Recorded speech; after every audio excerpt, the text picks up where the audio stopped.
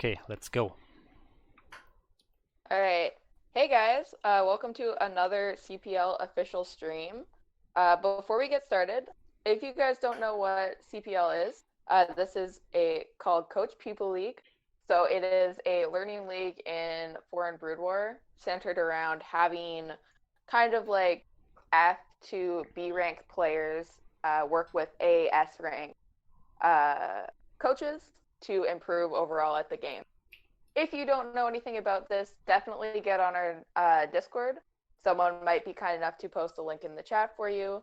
And if you are interested in joining the waitlist, you can message Scion. So, but I'm assuming most of you know what this is. So I have a couple of announcements. This week we have Match of the Week on Thursday.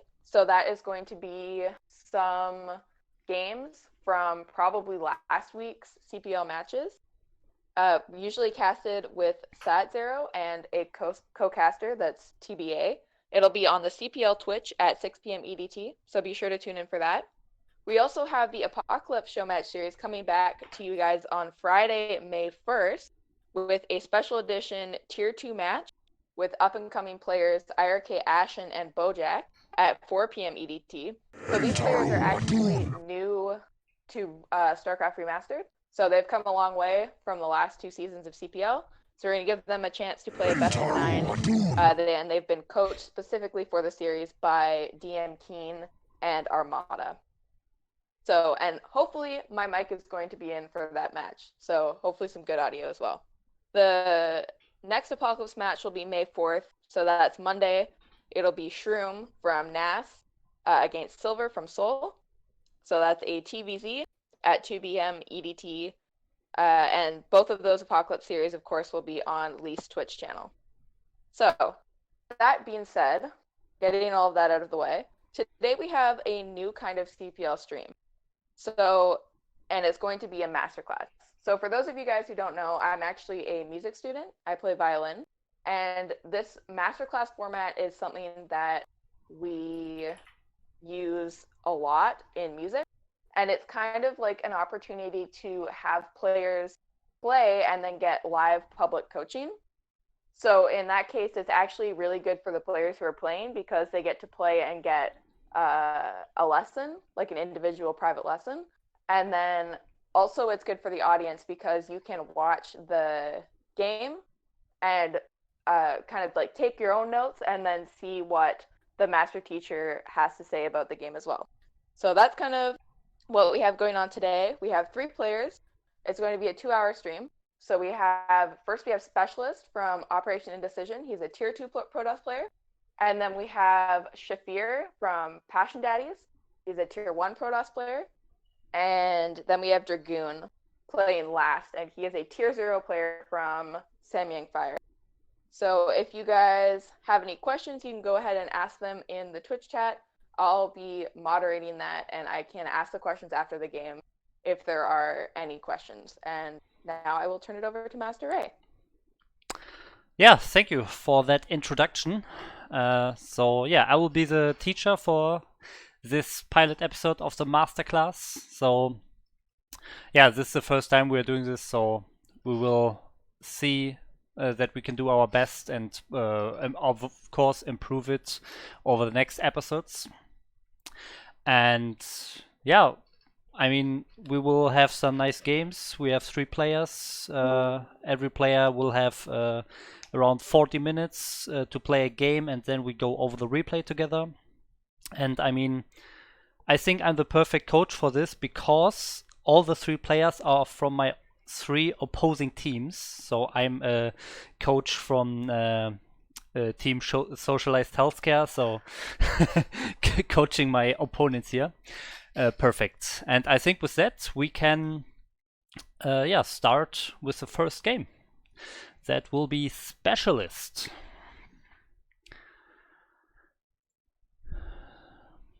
Hello. Hi Specialist. So yeah, he's on the call here, a bit quiet. Let me turn up the volume. But first of all, I think you will just play your game and we'll talk over the replay afterwards. I don't think we should talk during the game, right? Yeah, sure. No problem. Which turn rate should I make it on so everybody's comfortable? I Um, think dynamic would be the best. okay. Where do you particularly live though? Just In so I Germany. Germany. Okay. All right. Dynamic it is. Yeah, so we will do the game. I will observe the game.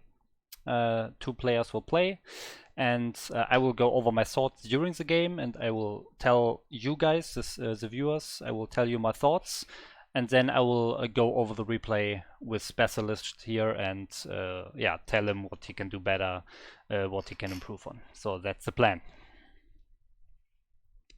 All right. So the game name is SP password 71, and with that, I'm gonna pop off. Yeah. Okay.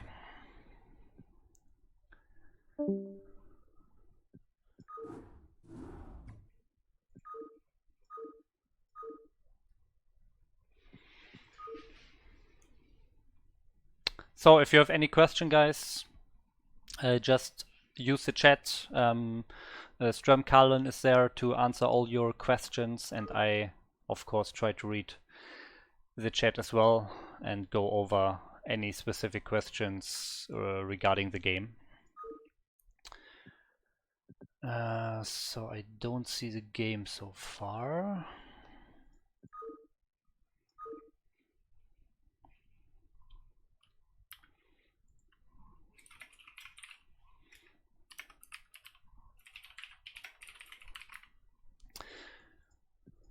So, by the way, for anyone wondering, we have 3 players that we focus on today, and every player has brought their own opponent that he plays against. And it should be a balanced game.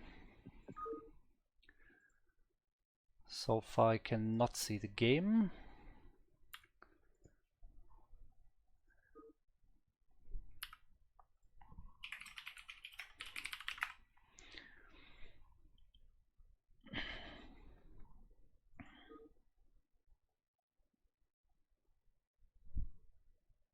Oh, okay, they are on US West, so let me quickly switch the server here and then we can start.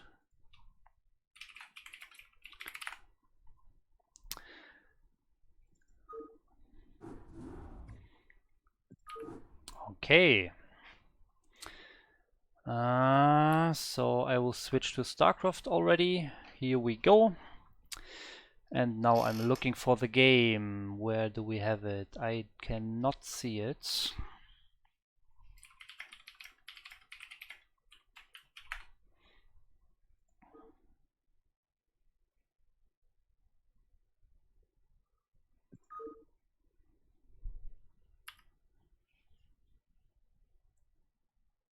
US West, yeah.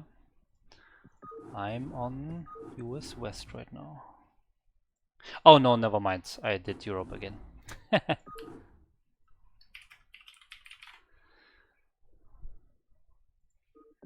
Okay, there we go.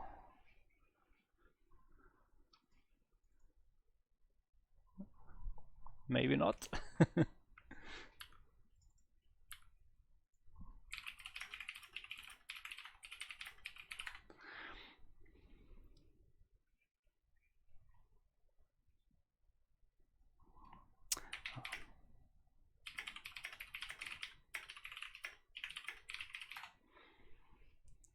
Yeah, I mean, some difficulties here in the beginning. I guess we will improve for next time. We can't change it now, but I hope you don't mind too much, guys.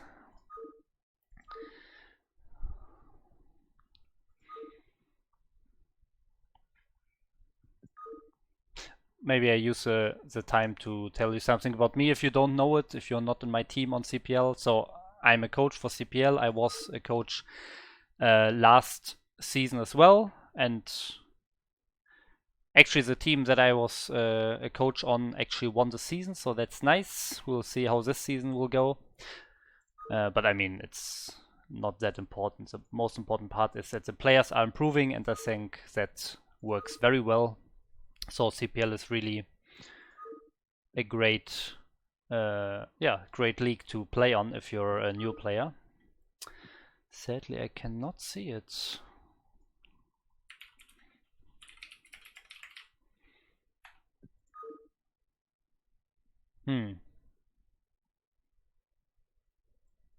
Oh, they're both not available.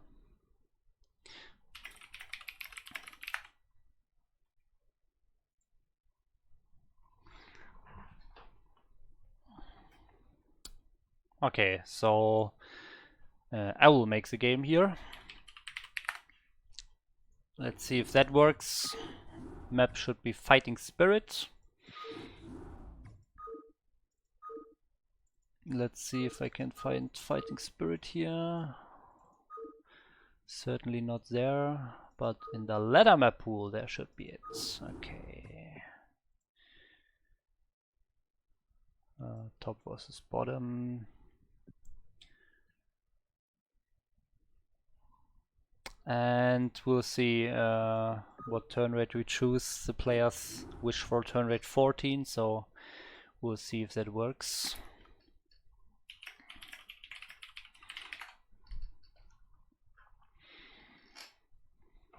I mean, we are on America.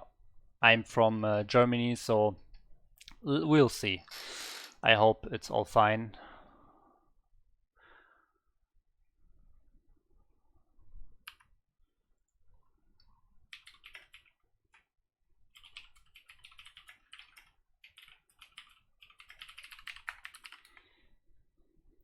Okay, and with that, I think we can start the game.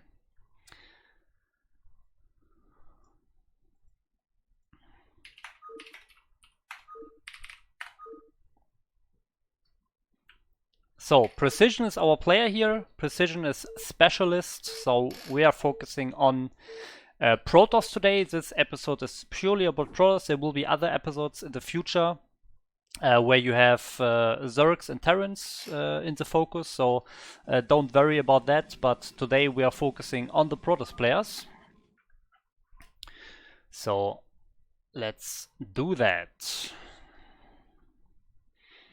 We have a pause.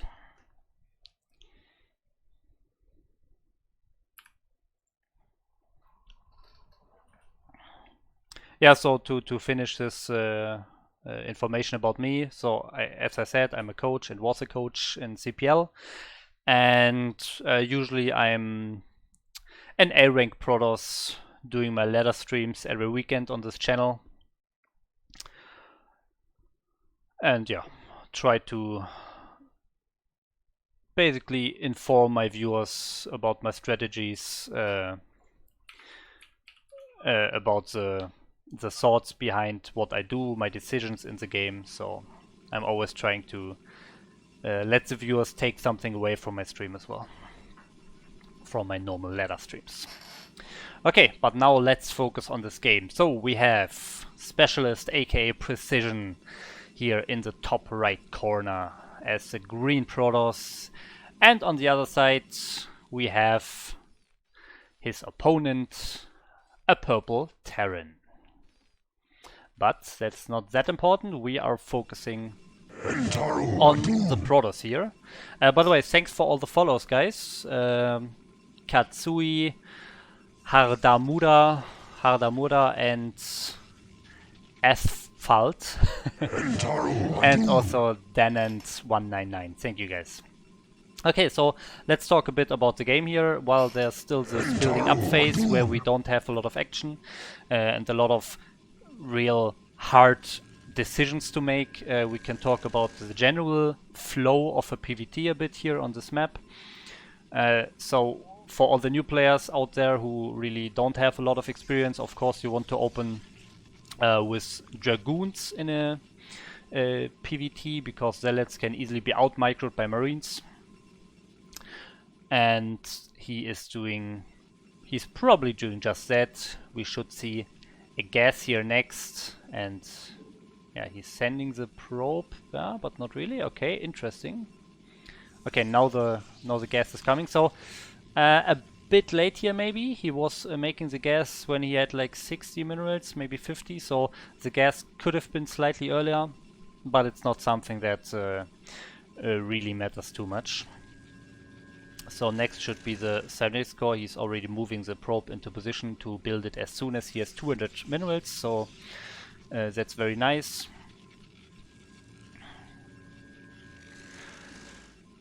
And next we should see a pylon. So what you can do then is you can go for some goon harass. So you can, for example, add a second gateway to really pressure the bunker that the Terran usually has, or even the units, and maybe do some damage with ranged dragoons. You can also go for pretty fast expansion, or you can also, I mean, go the aggressive route, the harassment route, with some fast robotics Reaver play. But in my experience, since I'm a coach in CPL and I try to coach the players in my team as well, most of the time I think if you're not super confident with your macro, it's usually not a good idea to go for a very harassment heavy strat, a very multitasking heavy strat, because whenever you micro your Reaver, for example, and you're missing probes, you're missing building probes in your base in the meantime, that's not really good. So keep that in mind. We can see here, he actually pulled out some probes out of the gas. So this usually indicates that there's a fast expansion coming up. He tried to scout here, the probe was just killed. He saw the 3 Marines outside of the base. That could mean that there's an expansion coming for the Terran as well. Nexus looks a bit misplaced, to be honest, but yeah, that can happen, of course. I'm not even 100% sure, yeah, but I think it's a bit too low. But anyways, so blocking the ramp, very nice here. You don't want to let the Terran scout everything. I mean, yes, he's scouting the Nexus, but for example, if you try to deny that, it will not work anyways, because one SCV can always run past the goon. So placing your goon like here to try to deny the scout of the expansion will usually not work if you only have one goon. So it's better to place it on the ramp and at least deny the scouting of the main base. So for example, that he doesn't see that second gateway, because you can go into second gateway, you can also maybe go for one gateway robotics, and you don't want to see you don't want the Terran to see that. So it's better to just place your goon on the ramp here, and he did just that, so that's nice. But needs to be careful. Okay, so these 2 goons were not in the good position, so this could have been prevented. You see, it's 10 HP, it's only 1 single shot away from dying, so this should not happen that it gets into the base. He is basically seeing everything now. Another thing you can do with those initial goons is pressuring the bunker. Every shot you do on the bunker, the Terran has to A, pull probes to repair it, so that's lost mining time, and B, it's minerals spent for repairing itself. So if you can move your first goons to that bunker as soon as possible, you can do some economic damage to the Terran. He did not do that, and he did also not deny the scout, so the goons not really used 100% well here. Meanwhile, of course, it's always important that you keep your macro up. That is by far the most important aspect of everything here. I want to keep that in mind at least until like 1.5k. If you're below that, focus on macro 100%. You don't need to focus on build orders or so much. So we'll keep an eye on that. You don't want to get supply blocked, you want to use your gateways all the time. Of course, when you're observing a game, you can't see the progress, but we can see goons popping out. I hope he has 2 more units building. And what we can see here now is, yeah, it's also interesting. He's going for a fast third base. That's one option you can do. And the other option is that you can go for like a very fast Arbiter attack on 2 base. We see the Citadel here, so I'm really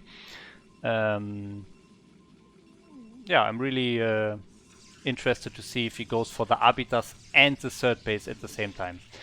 But yeah, he's playing it safe, that's good. He's adding at least 2 more gates, so if you go for fast Arbiters and a third base, then you can easily lose to the Terran if he's pushing early. So you want to be careful about that. Better only do one of those things, fast expansion or fast Arbiter tech, but get some more gateways. So don't be too greedy on your tech and your economy, because then you're missing on units. So he's adding pylons very nicely, trying to block off this ramp. The next thing that's very important that he's actually doing here, so far very nice, he's trying to get an observer. Very close. So he tried to get an observer into the opponent base. That is very important because you want to see when the Terran takes a third base or when he takes additional factories, because that basically decides how greedy you can tech into your Arbiters or even a fourth base. So if he adds like 3 more factories, you should focus a bit more on gateways and delay the fourth base or the Arbiter tech. And if he goes just for a third base like he is now, and maybe he's also getting an armory, as you can see here in the top left, then you can be very greedy and expand and tech to Arbiters as well. So this is very nice. Denying the third base here, he knows he has a unit advantage, so only 2 tanks can easily be killed. And now you don't have to commit. You don't have to commit to this tank. You just have to stay on this high ground and delay the expansion. The expansion will fly out soon. So by having your goons here, you can delay that expansion a lot while your expansion is mining this whole time. So apart from that, yeah, we should see the Arbiter attacks coming soon. Yeah, it's all happening. So far I have to say a pretty good game here by Specialist. Yeah, this is wonderful. So this is incredibly useful. If you can kill 3 tanks and delay the third base for so long, it looks like Art of Turtle can't even take it now. He needs to use some more tanks. So he lost already a lot of units, and he lost a lot of time for his third base. So that's very good.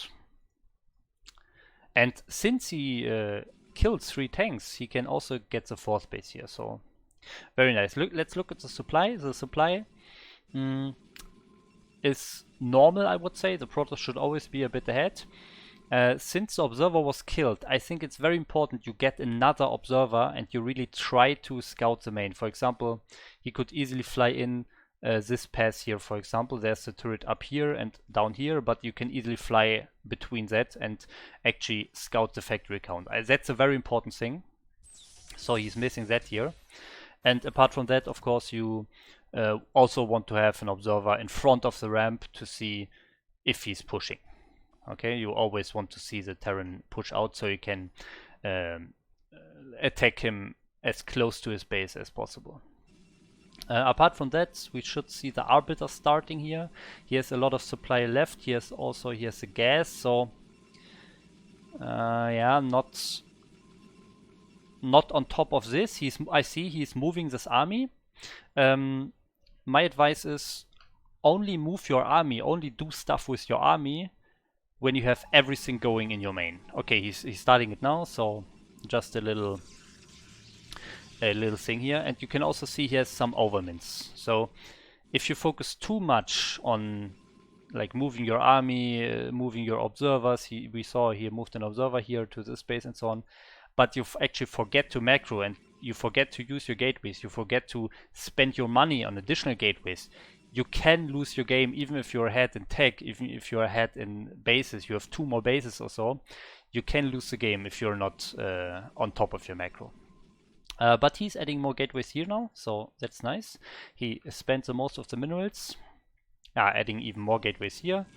So I wouldn't even add much more gateways here, because he already has this position basically secured. It's better if he adds any additional gateways he wants to get, if he adds them here. And he's doing just that, so that's very nice. Because it's always better that you have a lot of gateways in 2 positions at least. Because if you have all your gateways in 1 position, and the Terran wins that first big fight, and sieges your natural, you basically can't use those gateways anymore. So you always want to have gateways in 2 positions.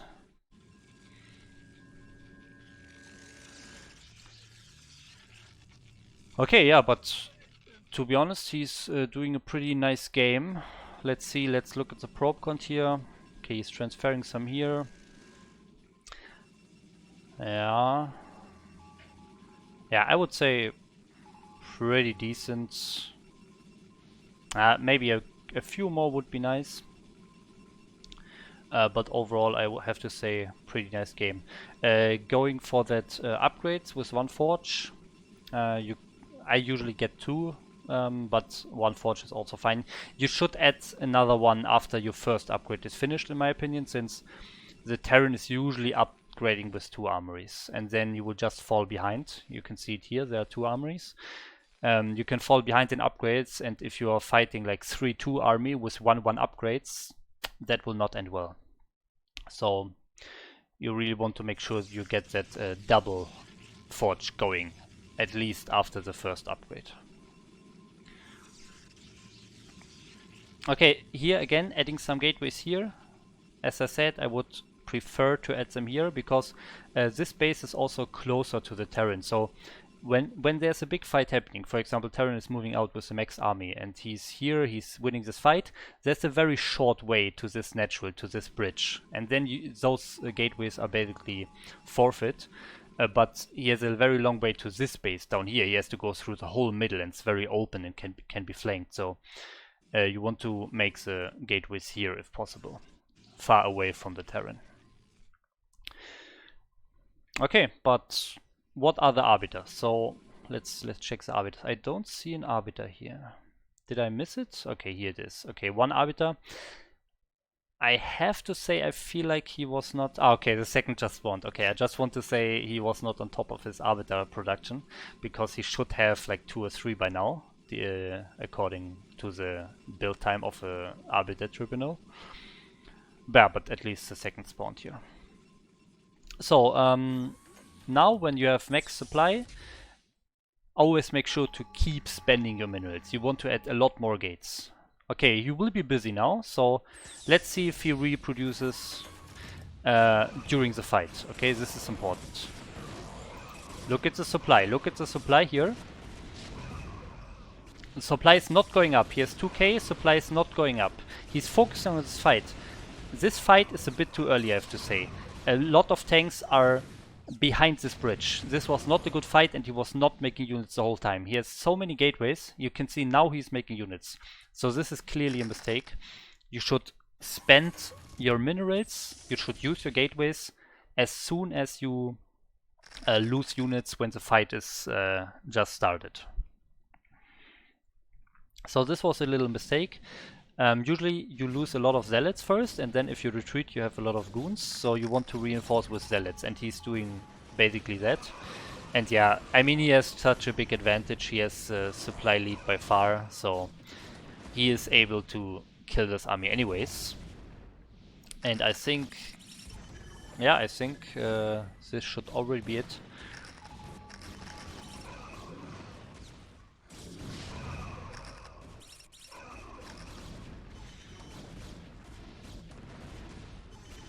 Yeah, so if you win a fight, he won it very clearly. But if you win a fight and it's a bit more closer, better don't make the mistake to run into this bridge and this fortified position here. You have a bunker there, you have some flying buildings that your goons might shoot, while your zealots already run into the units and so on. There are many things that can go wrong if you attack upper bridge. So when you win such a fight, you want to make sure to increase your advantage on the map, your economic position. You want to get this base, you want to get this base. You saw that Precision did very fast 5 bases here, but then he basically stopped. This is not good. If you cannot kill a Terran, you will lose the game, because as soon as the Terran gets his 4th base and maybe his 5th base, then you have a problem if you have not kept expanding. You want to keep expanding, especially after you win a fight. Don't just blindly go into, oh, I win, maybe I can kill him mode, but basically, yeah, expand, spend your money, make sure you max out. He's maxed out here, but you see he has 2k. He can actually build some additional gateways here. Okay, he's at least doing it, so that's nice. He built 2 more gateways here. Okay, yeah, rally points, of course, can be used. There are ways how you can rally point very quickly. By the way, a very zealot heavy army as well, so yeah, but I guess he will know that you should not have only zealots and only 5 goons in your army. Yeah, 3 observers in the group. Also, obviously not good. But I mean, he has observers at the correct places here, so that's important. He has a probe here, so yeah, he has a few too many observers in his main group, but at least he's not missing the observers in the other important places, so that's very good. So there are many things that you can do if you win a fight. Keep expanding, keep spending your minerals, scout every expansion, make sure he's not expanding. You don't have to go head first into his fortified position.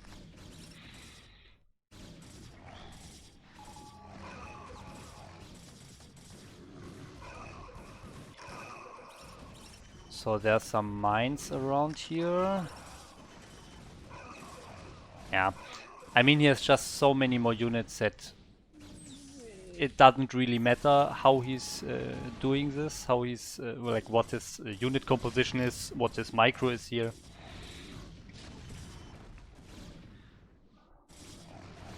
Yeah, and Art of Turtle is just sending units in here for no reason, so yeah, the game's over. Okay. So, that was our first game.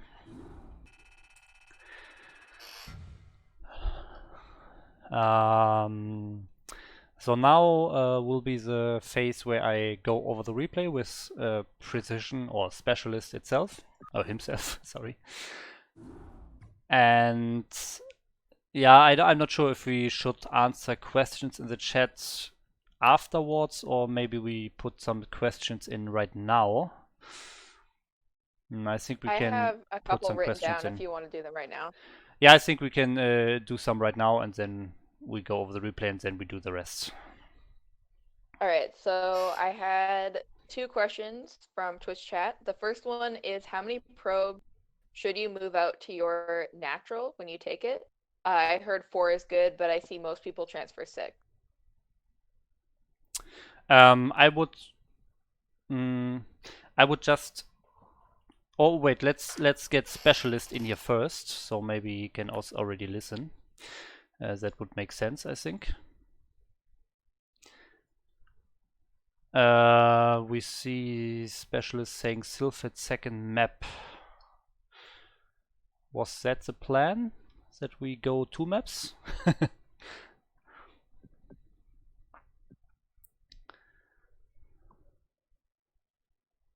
Well, maybe Strum, can you talk to Specialist and clear it up with him, and then tell me what the decision is, if we go a second map for him, or if we just really do 1 game.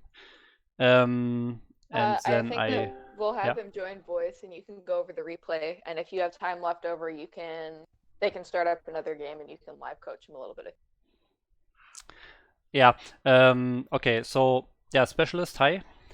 Nice game. Hey, GG. So The plan was to only play 1 game per player. Otherwise, we will not have enough time for the other 2 players here. But we will go over some questions from the chat now, and then we will go over your replay. So the first question was, how many probes should you transfer with that fast expansion build?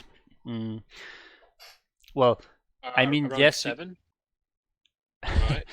Yeah, 7. There were some like mention of 4 and 6. You say 7. To be honest, the way I see it is, you have a certain amount of probes in your main base, and then you have a second base. So you don't want to have too many probes at one base. You don't want to have like more than 16 on the minerals, because if you have more than that, they will not have full mining efficiency. So yes, you can move like so many that you have a maximum of 16, but then every other probe you build in your main base is more than 16 again. So I would just split them evenly. So I would just take half of the probes from your main base. I don't know the exact number, but just like from the logic, it should be 1/2 of the main base probes to the natural, and then if you build probes at both nexi, they will have equal amount of probes, so they will be the latest possible time that one of the bases goes over 16 probes. So that would be my answer here. Okay. All right, I had one more question, and it was, what is the general idea behind late game PvT unit composition? Does the proportion of goons to zealots actually change late game? Yeah, I think it's rather important. It always depends on the Terran, of course. If he has like a lot of vultures and you have a lot of zealots, you will probably lose the fight, because vultures just own zealots very hard. And the same is true for tanks against goons. So if he has a lot of tanks and you're mostly on goons and have almost no zealots, that will be a very bad fight for you as well. So you want to keep a good mix. If you don't know the exact numbers, I can't tell you the exact numbers myself, but I would say around 50-50, maybe a bit more zealots, like maybe 60-40 or so, because the goons are big and clumpy. So if you have a lot of goons, they will not be able to join the fight all at once, because yeah, they will just block each other. So maybe get a few more zealots. But even more important than the exact composition is the positioning.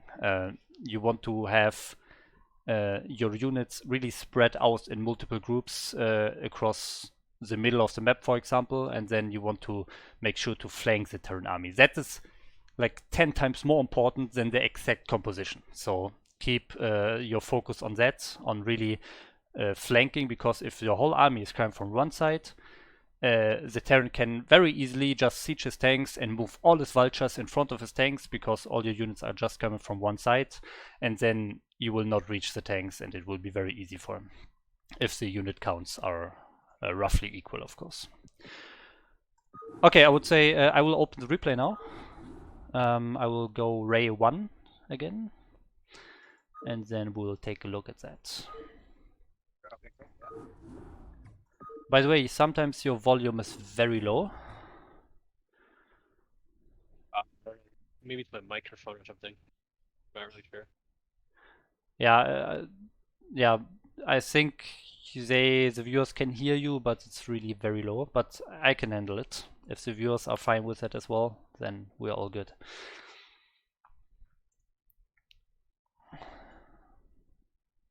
Wait, did I?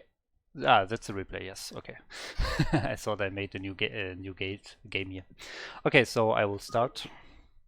So in general, I can already say I think you played your game very well. I have to say, I think it really looked like you prepared your build and you basically thought of mostly everything that's important, like the most important things you did. So yeah, overall pretty good game, I have to say. One of the things I have trouble with is how to transition in the mid game when I scout the Terran. For when I see them going 3 bases, in my mind, I'm supposed to take my 4th and 5th, right? But for some reason, I usually die to their push, because they do like an enormous push right after that when they go up to like 9 factories, and I just really have trouble with that. So I was wondering if you can shed some insight on that. Yeah, I have 2 tips for that. One we'll see in the game in a short moment, and the other one I can tell you now.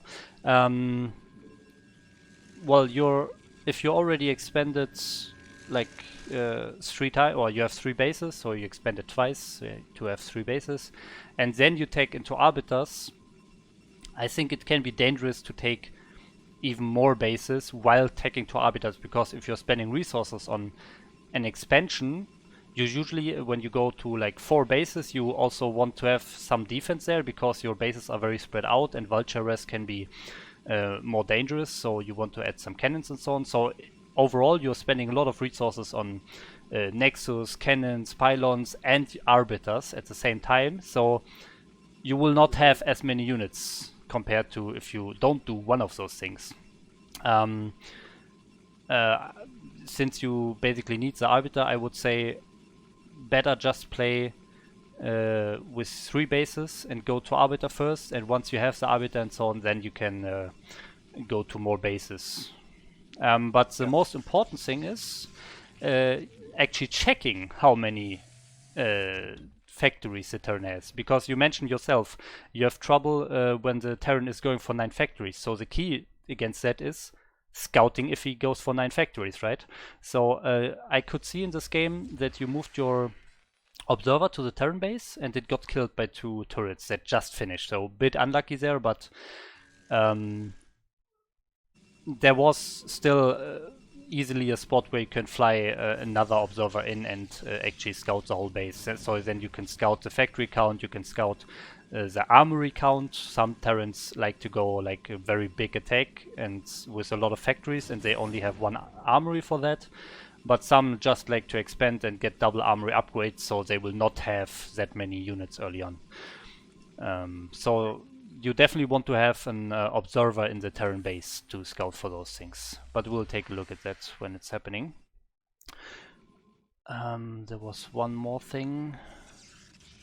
Yeah. Because I couldn't get my observer inside the base, I just went off by his CC timing for his third, and that was my cue basically to, take my bases, or in my mind at least. Yeah. That's the only thing I was able to go off of.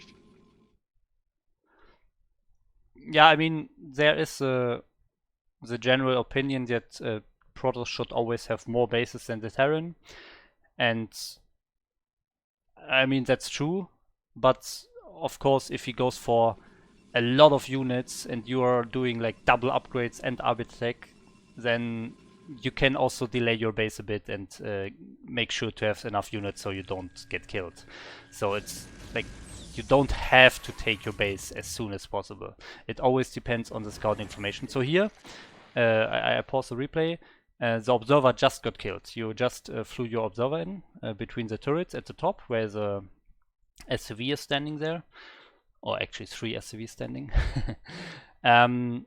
So in this case, since you didn't really get any scouting information, you didn't see the armory, you didn't see the factory count, you didn't see a 3rd base building, you want to send another observer as soon as possible and really try to get into that main. So I think that's very important. Also, I have not looked at the perfect timing, but you saw how close it was. The 2 turrets basically finished like 2 or 3 seconds before your observer arrived. So if you really focus on getting your observer as soon as possible, you don't want to like rally it to your natural rally point and then forget about it for 5 seconds and then send it to the Terran. I'm not saying that you did that this game. I didn't really check, but well, let's actually check. Let's actually check if there were some delays in the observer timing here.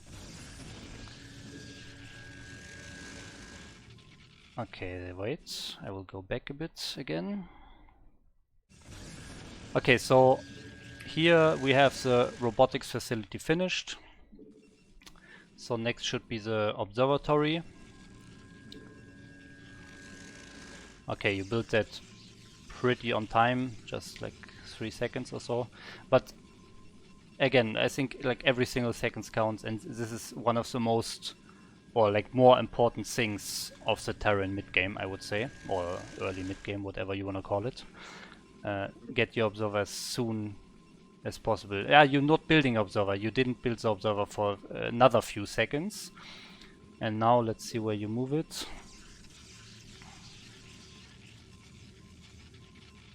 Yeah, okay, you move it right to the Terran base, so that's good. But yeah, every single second counts. You can see how the turrets are not done by now. If you have it there 5 seconds earlier, it easily flies in. You see, this timing is very important. Yeah, It's see that. super Wow. close. It's It would've super gone in. close. Yeah, Yeah, it it would would've easily gone, gotten in. for So sure. every second counts for the observer.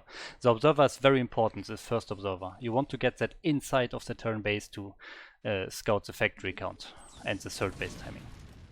So now you basically don't have that information. So you don't know if you should take a fourth base or you should maybe add some more gateways because he's just adding 6 factories right now. You know, you don't know that because you don't have that scouting information. So that's a very important part. Yeah, another thing, I said it to the viewers already during the game. What you do here is very nice. Delaying that third base, making sure, especially on Fighting Spirit here, to get on this high ground. It's not possible on every map. For example, like Circuit Breaker, it's not that easy. But here you have this high ground, so this is super nice to just park your goons there and make sure that Terran really has to work for his expansion, and he will lose some units in the process, he will lose some time in the process. So that's good. So you're getting already ahead here. And I mean, I'm not sure how you saw the third base. I guess you just saw because he moved his tanks there. So you're taking your fourth now without really seeing the third base, but I guess you can assume it, yeah. So that's fine. Yeah, I just assumed it because he brought his tanks over there, so I was like, he's trying to take his third, you know, so he has a CC. Yeah. Yep. Okay, so you're taking your fourth now, and you are taken to arbiters at the same time. So this is the timing I mean. If he adds a lot of factories now and he's not getting that third base, then this would be too much to get the fourth base and the arbiters at the same time. So then you rather spend the minerals that you spent for the pylon and nexus, you would rather spend it on gateways. Here the cannons as well, so that's 400 plus the pylon 500 plus 2 cannons will be 800. That's a lot of gateways, so that can matter if he really goes for a push. But he's not doing that, so it doesn't matter this game. Yeah, apart from it... okay, there's the second forge. I was wondering where the second forge is. Yeah, I said in the game you can go for one upgrade with the first forge, but you should always, in my opinion, add the second forge at least when the first upgrade is finished. So I think you're doing that. I think you're adding the forge in the top right of your main base, if I see correctly. Yeah, that's right. I'm not really sure when though, but I definitely do it. And I don't really have like a time frame in mind when to do it, but you just said to do it after the first upgrade is done, right? Yeah, so you can start your second and third at the same time. That would be my my timing. I mean, the second upgrade it takes a bit longer than the first armor upgrade. So you can add it slightly later. So you can start your second attack upgrade and then slightly later the first armor upgrade, and they will finish at the same time. But I mean, it's always better to have that finishing at the same time so that you can start both next upgrades at the same time, and you don't have to think about that twice. Makes it easier to forget if you do that. So yeah, I usually get my I often get 2 forges as well and go for double upgrades right away, but you're going for 4th and 5th base, you're adding a lot of gateways, so it's totally fine to delay the second forge. I tend to Sorry go to interrupt. for... Yeah. You guys have about 5 more minutes left, just to keep you guys tabbed on time. 5 more minutes. Okay, so let's go a bit more quickly here. Yeah,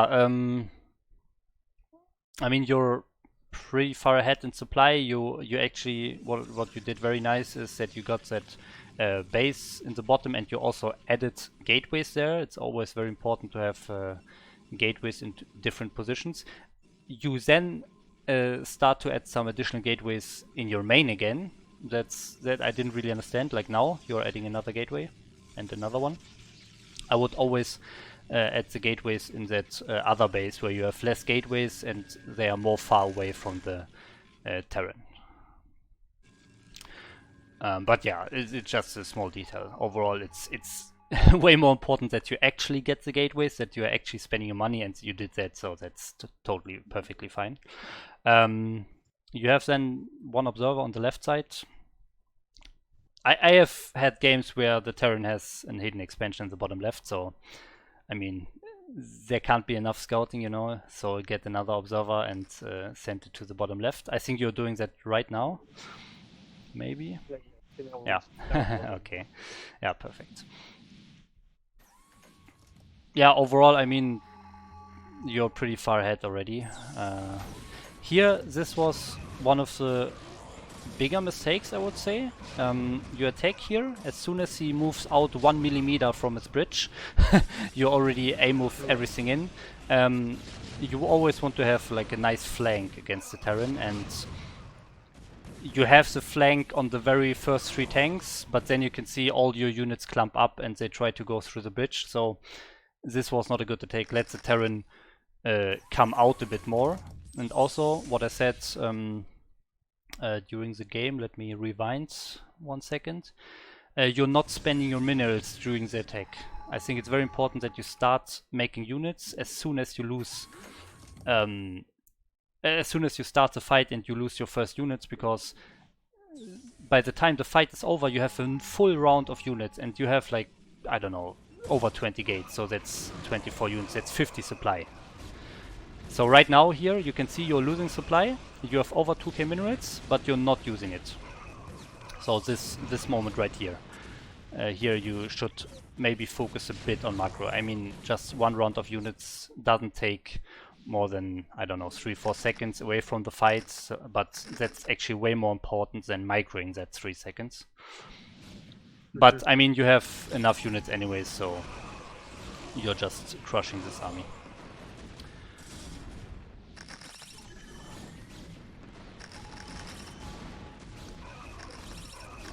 Yeah, since we don't have a lot of time left, I mean, you did the most important things right, I already said that, but to just see some other things, some other not that good things in your play, you had one time here in the future now that you basically made 3 rounds only zealots or so you had a big army of 5 goons and like 40 zealots. So that's a bit of... definitely a mistake, for sure. Yeah. Definitely need more goons. I just feel like that zealots, come out early. That was my rationale when I make zealots, that they come out very fast and they can support my army in a timely fashion, kind of thing. So, but yeah, that's way too many zealots. I just saw this arbiter flying through the Terran base the first time, by the way. I missed that during the game. Yeah, final thoughts. Yeah, I mean, again, you did scouting. You made sure to scout for all the bases, bottom left and on the left. So that's very nice. So the only main things is the observer time in the beginning. So you really want to make sure to get an observer inside of the Terran base.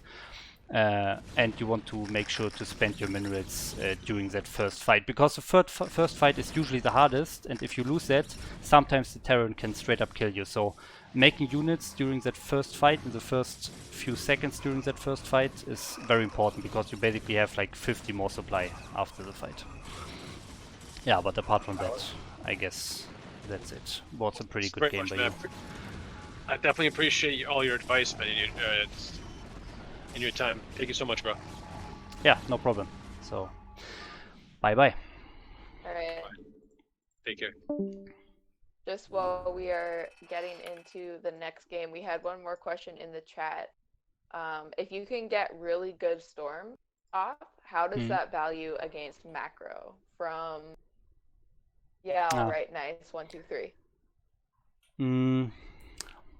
You know, I'm always in the favor of macroing, to be honest. If you go in a fight and you start the fight, you will lose some units in the fight, in the beginning of the fight. So if you start making units, that only, like, as I said, takes 3 or 4 seconds, and you have like 50 supply. 1 or 2 storms can usually not kill that much supply. Of course, it's important to storm, but yeah, maybe it depends on the position of your Templars. If the Templars are very far in the back, you can already make units before your Templars are even really in a good position to storm. But of course, if you have your Templars in the very front, you want to storm first or they get picked off. So it kind of depends on your position of the Templars. But you should always find that 3 or 4 seconds to do one round of macro after the fight started. All right, and it looks like they have a game up on Europe server this time. Okay, I'm switching. Game name Shafir, password 1. Okay.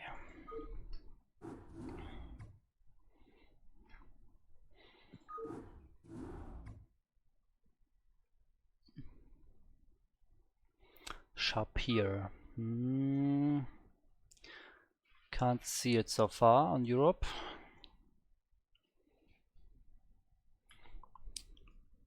Shafir 1 on Europe.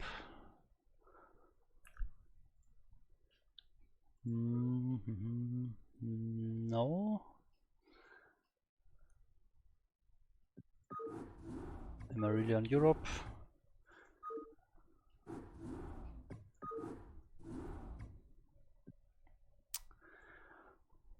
No, I can't see it. So we will have a remake here. Probably make it again.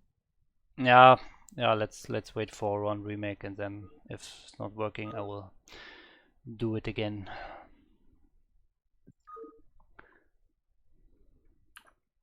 Okay, he said it's remade. Oh, okay, I can see it, but it's on 1-1. I can't join. It's gray for me. Ah, okay, now I can see it. Okay, now it works.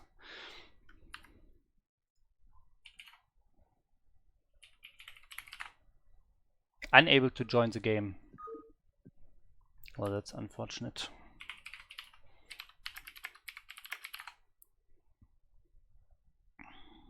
So I guess I will host it again.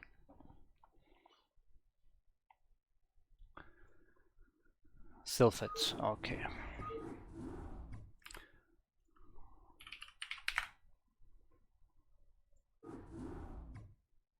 I think I have it here. No.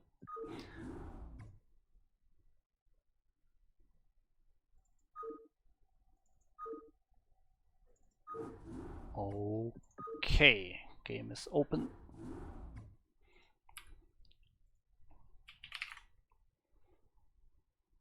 Well, I don't see anything.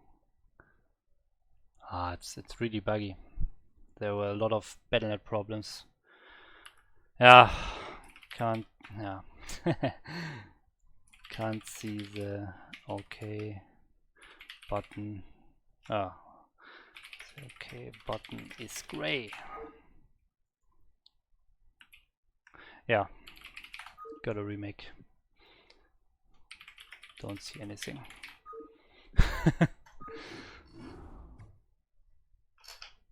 Yeah, it happens often that there's a blank screen and you don't see anything, but I never had it that the OK button was grayed out. I can usually always, even if I don't see it, start the game with Alt and O, that's the hotkey for the OK button. But yeah, now it looks like it's working.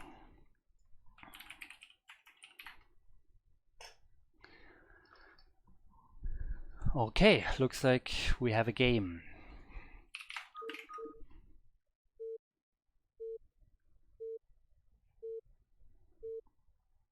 So the player we're focusing on here is Shafir.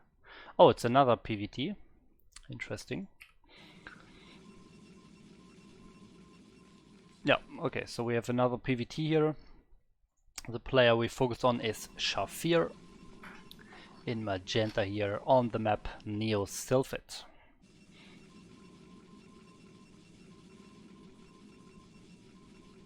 Yeah, in this building up phase I will talk about a bit of the map features here again.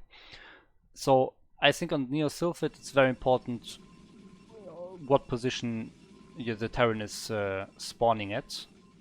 If he's on the right or left side or counterclockwise or clockwise compared to you. So in this case you can see he's here.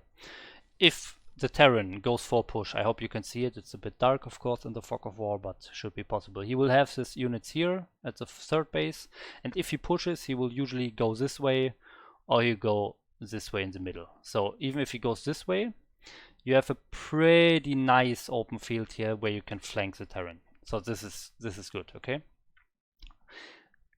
Let's say he spawns on the left side. If he spawns here, then he has most of the units like around here again at the third base, and then he would usually push right straight this way, okay, to your base here. So here's a great open field as well, but the time you have to really prepare and make sure to engage him correctly is way less, because when he has his army here, it's only a very short way and he's already at this high ground. So if he reaches this and places some mines here and has some times, this is not high ground, by the way. This is not high ground. I mean this, yeah, plateau or whatever. This is not high ground. So, but if he gets his tanks here in this position, because of this ridge and so on, it's very hard to attack this. So you really want to make sure that you engage him in this open field as soon as he moves away from here. So you want to engage him right here after he moved. So here you don't have a lot of time, but in this position, like it is here in this game, you actually have more time, because when you start seeing him moving here, you have some time to prepare until he's here. Okay, so keep that in mind. That's just about the map on the positioning here in PvT on Sylphet. Okay, so now let's focus on the build. We see one probe sadly not mining here.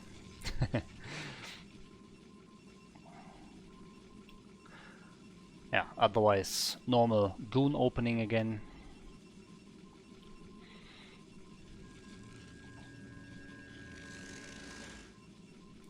There is the pylon. This time here we see the probes are not pulled from the gas, so he has a few less minerals compared to Specialist in the last game. So if you go for fast expansion, this is not as good, because your expansion will be a bit later and you can't really spend that much gas if you go for a fast expansion anyways. So this is not good if you want to go for an expansion.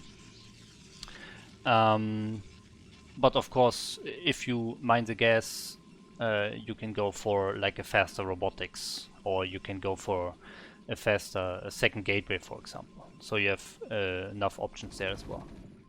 So first Zealots came in here. Yeah, I mean, I think it always depends a bit on the Terran, how much damage he's taking, how well he's microing. So you can go for that first Zealot, but I feel like if the Terran is good, you will not do any damage basically. So you're basically hoping that the Terran does a little micro mistake or so, and that's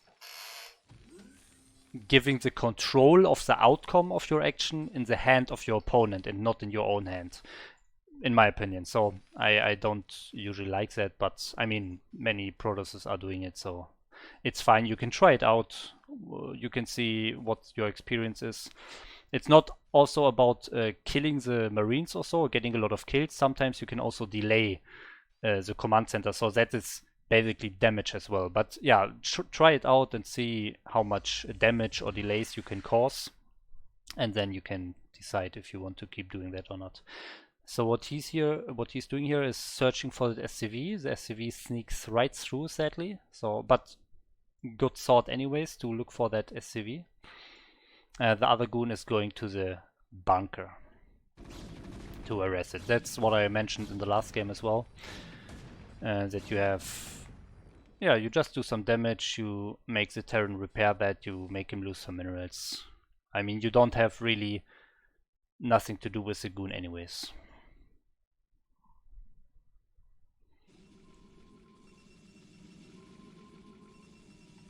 Okay. Yeah, apart from that, he did go for that expansion. So he did not remove his probes. So that's, in my opinion, a mistake if you go for a fast expansion. You see, he built the robo already and he still has over 300 gas. So you can really easily see that this is not ideal. This is not, he can't use that gas. So he definitely mined too much gas. And that's exactly why you should pull out some probes from the gas if you want to go for that fast expansion. Okay, but he's doing something very interesting here.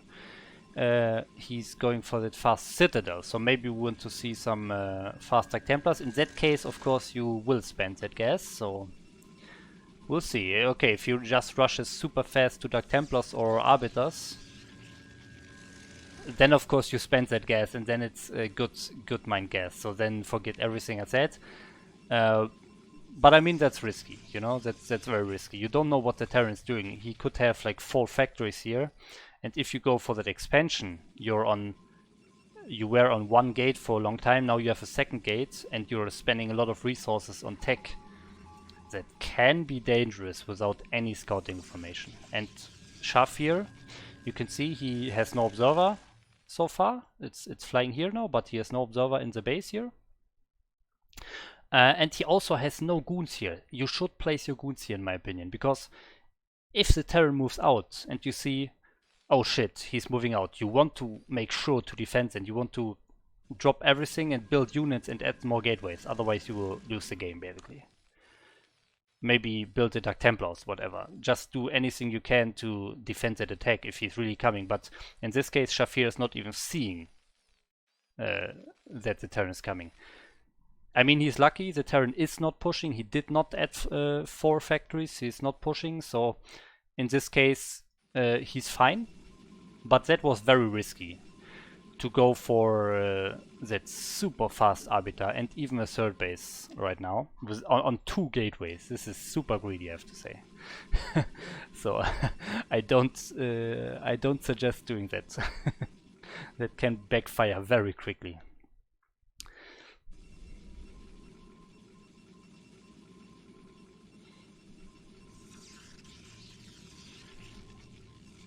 So now he's adding additional gateways. I mean, now he saw that there are not more factories. So in this case, now it's fine for him. But before he saw this, that was really risky and really greedy. I mean, now that he scouts that, he can safely take that expansion before adding additional gateways. So that's good.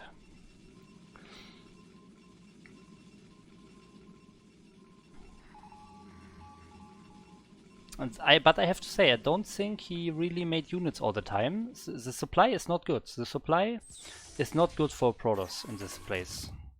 This is not a good supply for Protoss. I assume that... I mean, he had only 2 gates, but I think he did not use them all the time as well. So...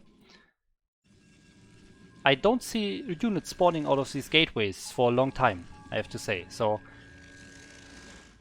the supply, if the Terran just pushes now, I think it's over. Look at the units here, 6 goons. 6 goons is crazy. 6 goons against 7 tanks and 2 Goliaths. 8 tanks and 2 Goliaths. So those 3 gates finish for a long time, and I still don't see units out, but they are... he's adding more gateways. I really hope he's units building here, otherwise this is a big mistake.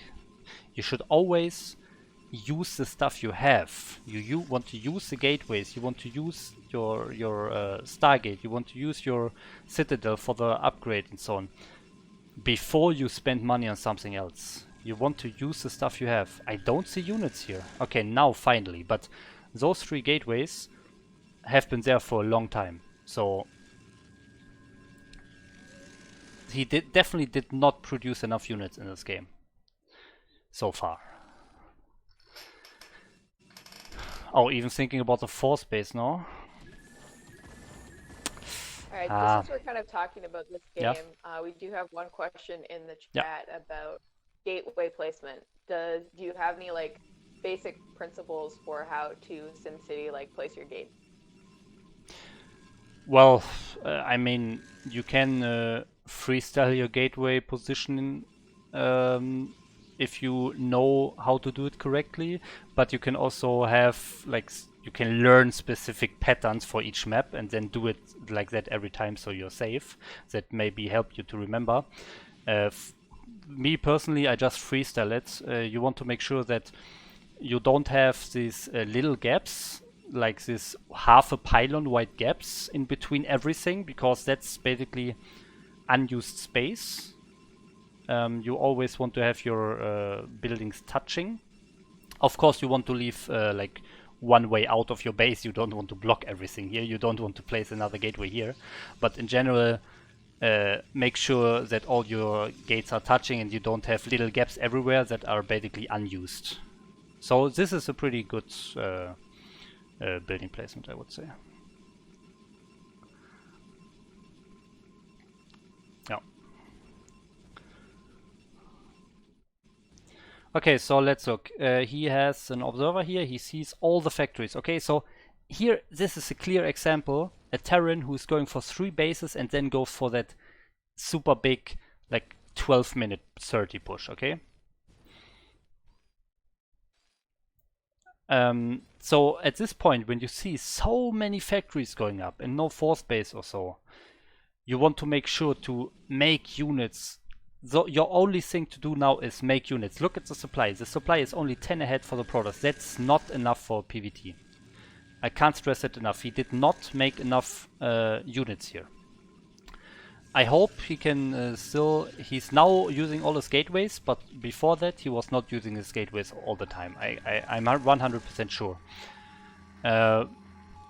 But looks like Father is just slightly too late, but that can really backfire.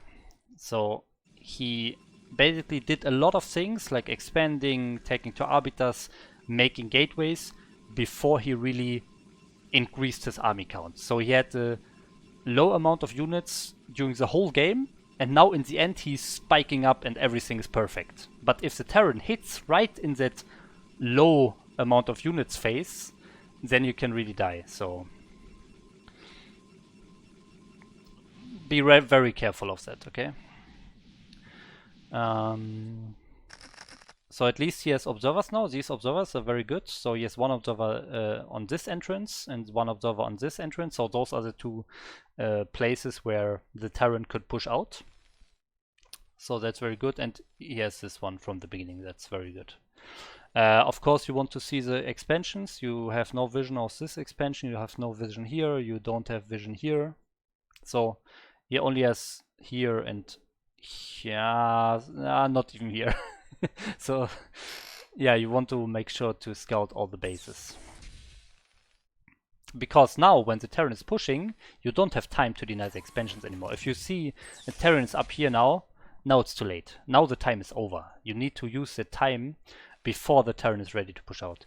I know Father, I played him before. I have a replay, a nice replay from him, where he pushes out at 12:30 or like 12:40. Here he's a bit late, I have to say. He's a bit late. Okay, here we have a recall. Let's look at that first. Yeah, recalls is another interesting topic. They can do so much, they can also backfire a lot. Look at the supply. I want to make you look at the supply.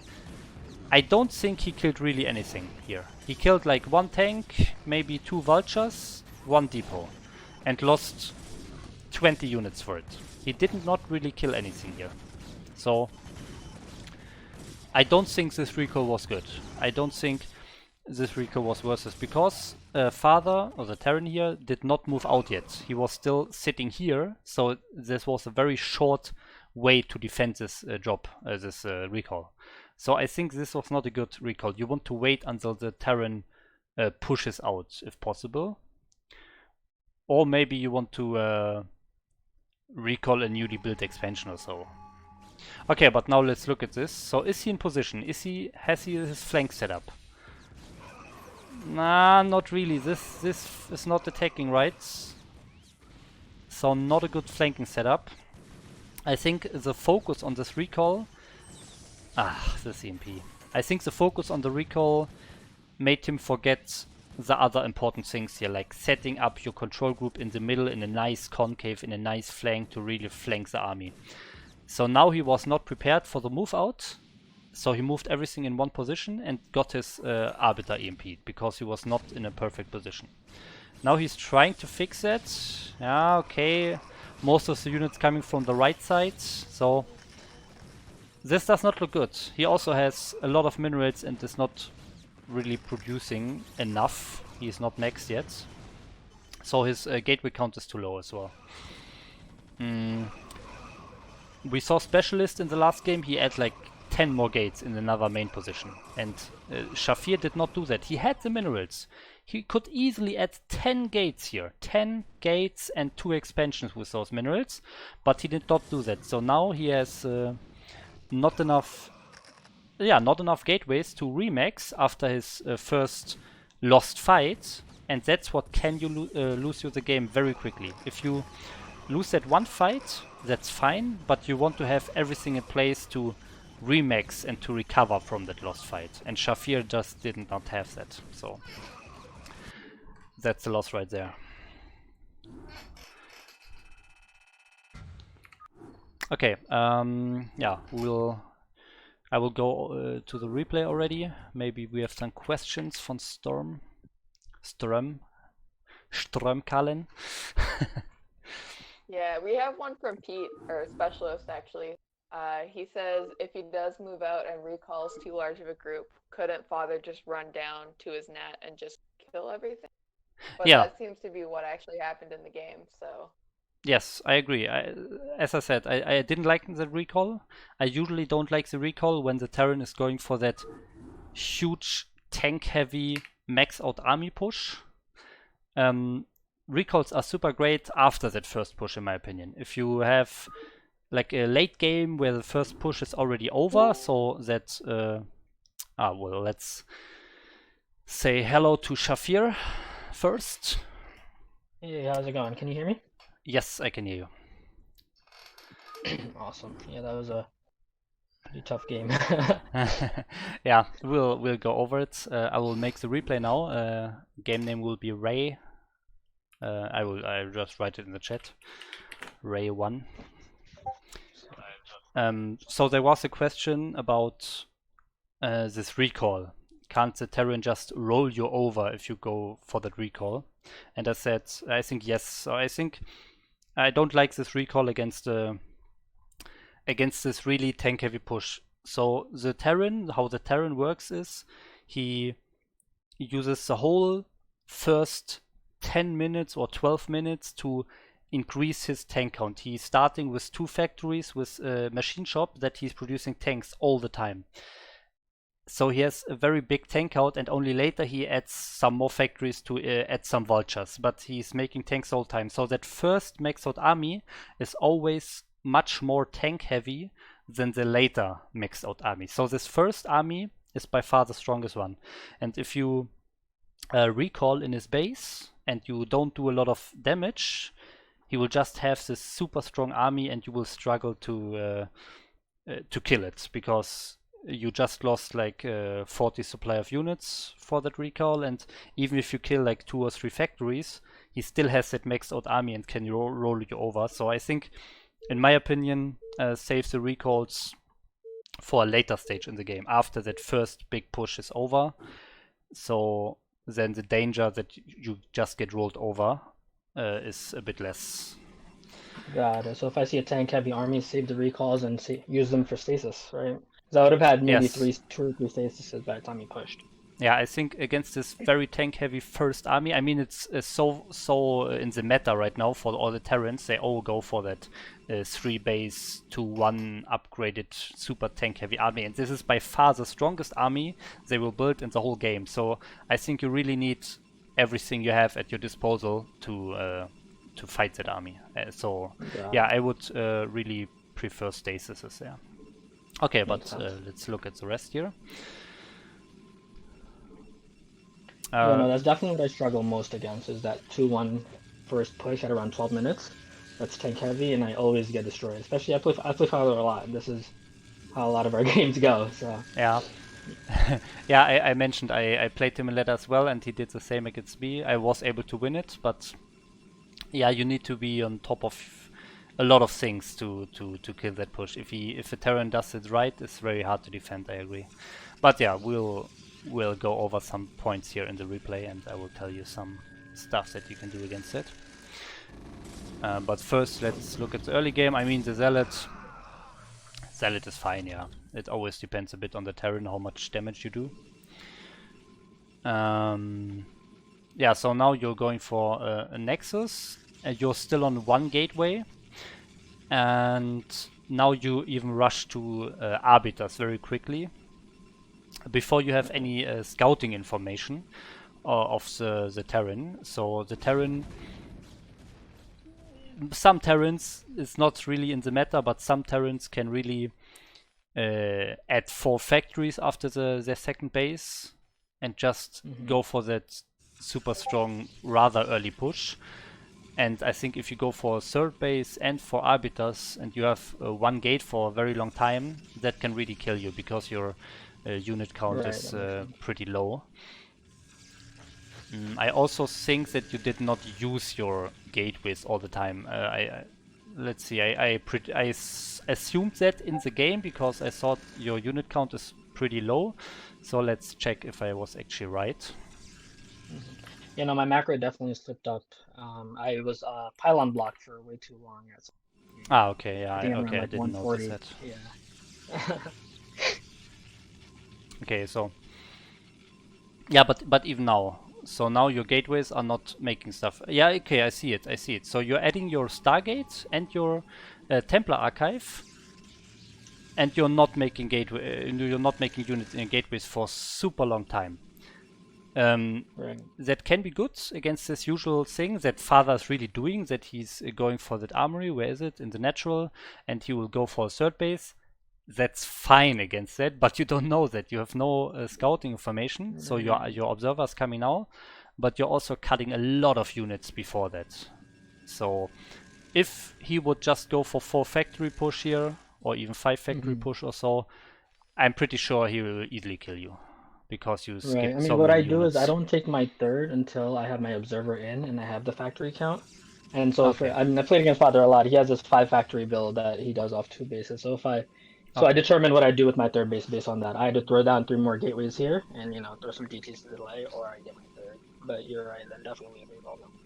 Yeah, okay, yeah. I saw that you are only taking your third base after you got your observer in, so at least that's good, but you were pretty long on those 6 goons that you're still on right now, so yeah. It can be dangerous if he goes for a push on 2 bases.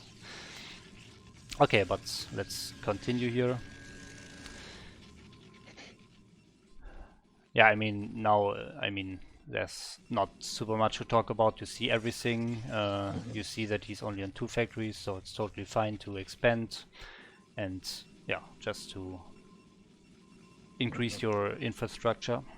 But still, I would still always make stuff out of the things you already have. So if you already have those 2 gateways, just use them. You don't need to add more gateways if you don't think you need them early on, but at least use the things you have. At least use those 2 gateways that you have.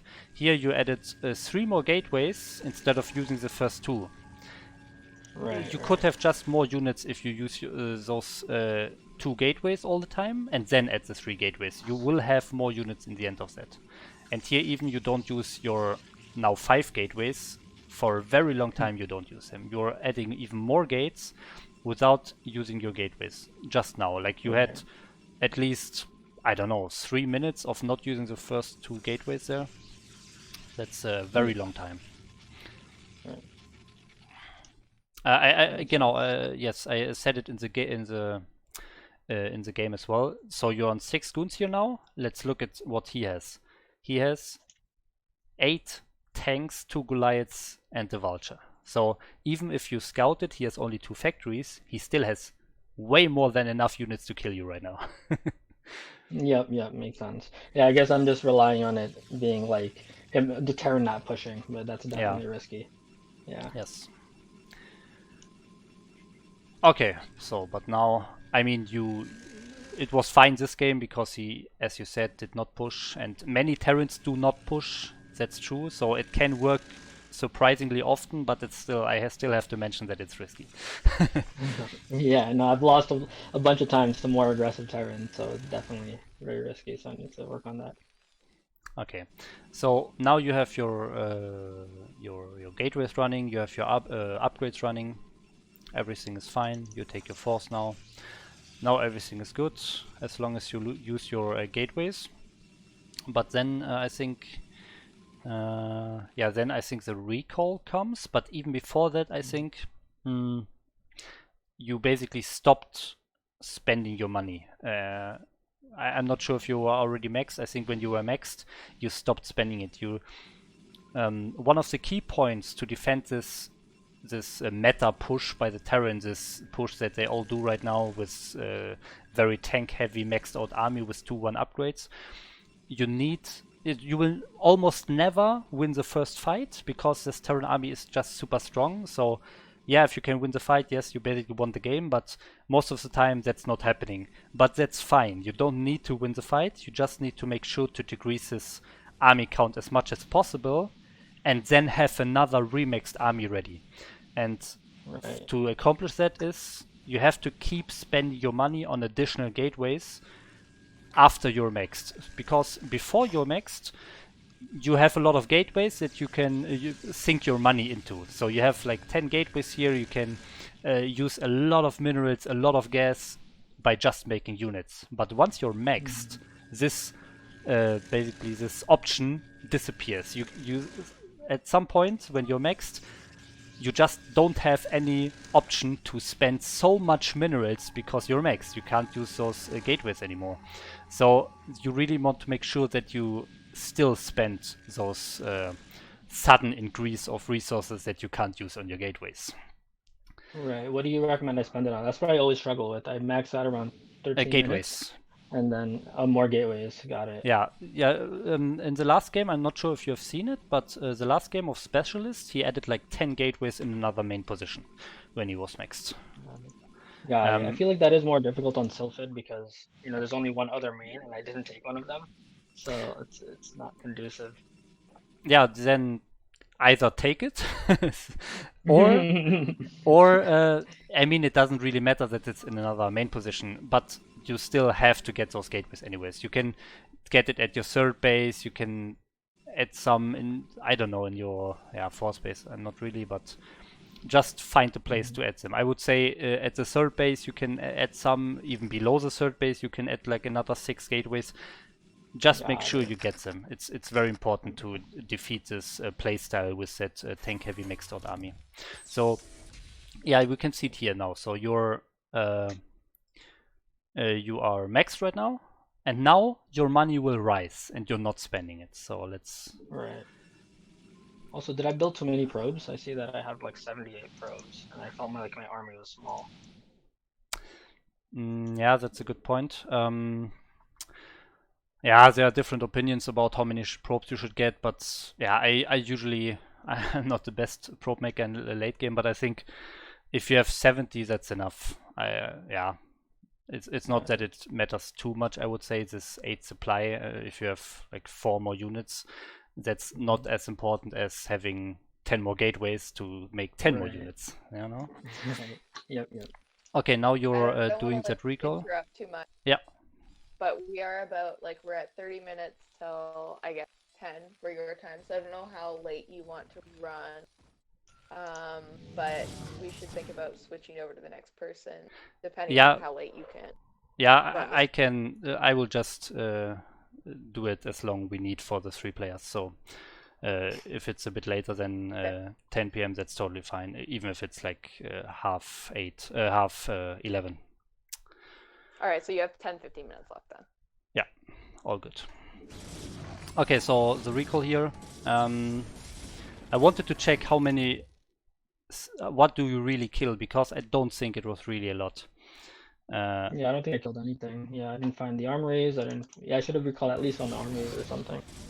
Yeah, so it's like you're killing maybe a vulture here, a Goliath. I think you kill 1 tank, another Goliath, another vulture. So yeah, you're killing 1 tank and like 3 vultures, 2 Goliaths or so. So overall you lost a lot more units. And look at your minerals. You're not maxed right now. Okay, you're making units in every gateway, but you're not maxed. Even before the big fight happens, you can't remax even from the small recall. So that's a clear indication that you don't have enough gateways. So Right. and you have 2k minerals, so that's at least just 10 gateways, 1.5k. Right. And then when the fight actually happens, you still have plenty of minerals to remix. You can see when the fight actually happens, you will be on 4k. So yeah. really, Yeah, at least 10 more gateways. Got it. Okay, Yeah, so and I'm definitely very, very weak against Terran after the first push, and that's probably why. yeah.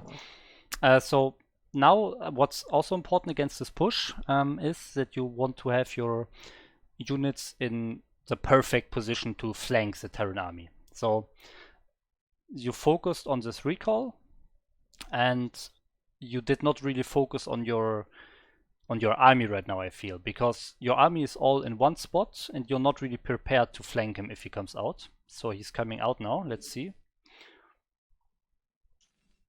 Okay, you're starting to move your army now, but I feel like it's still in one clump. So it's a bit late. You want to have the army really coming from multiple angles and not just from one.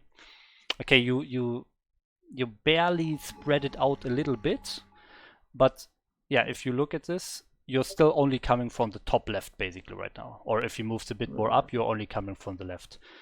And you have this, this group of 4 goons, we will not count that one.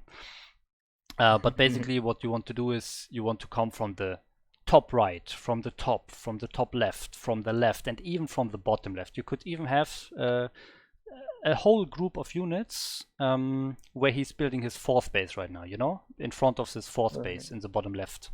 So you can really have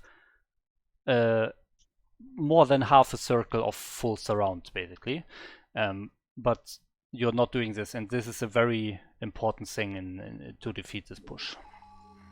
Got it.